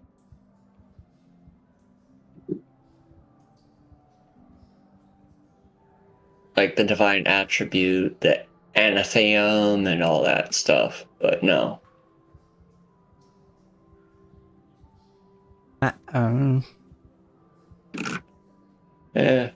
Whatever. I'll just write shit down. Okay. All right. Curriculum spells. Let's go. Do I want harm? Do I want telekinetic hand, which is just mage hand? Or do I want void warp? Anathema. Yeah, it's in the details. Yeah. When I go to my details that I have, it's all blank. Oh, okay. I see that in your Roll20 sheet, just ready to fill out. Yeah, it's the same for the demi-plane. Yeah. But it's like, I wish that had, filled in itself. Because now I've got to open up another tab and research that crap.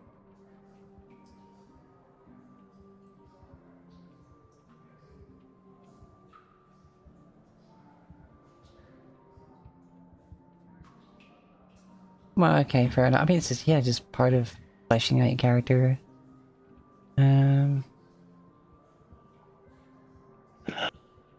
I do like this whole thing where it's not like we're not rolling for stats. You just pick what you want to be good at.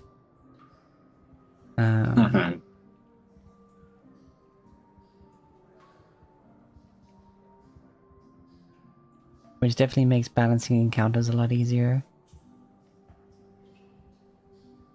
I don't need read aura because I have detect magic. Alright, so it seems we're just kind of like reading through in that. I think I'm going to find someone to raid. This has been fun though. I'm so happy to have actually finished a campaign. It's my second campaign that I've actually gotten all the way to a conclusion. And honestly, it makes me want to get in contact with some of my old players through all of this. Holy crap. Oh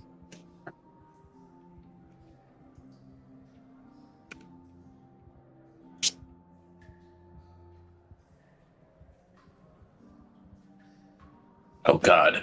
And here is where the wizard gets crazy. Time to pick my spells. I got 10 cantrips. 10. Huh. But anyway, we'll be back next week with the start of trying out Pathfinder. And as always, please do good to yourself, excellent to each other, and devour your enemies. Mwah. Bye. Bye.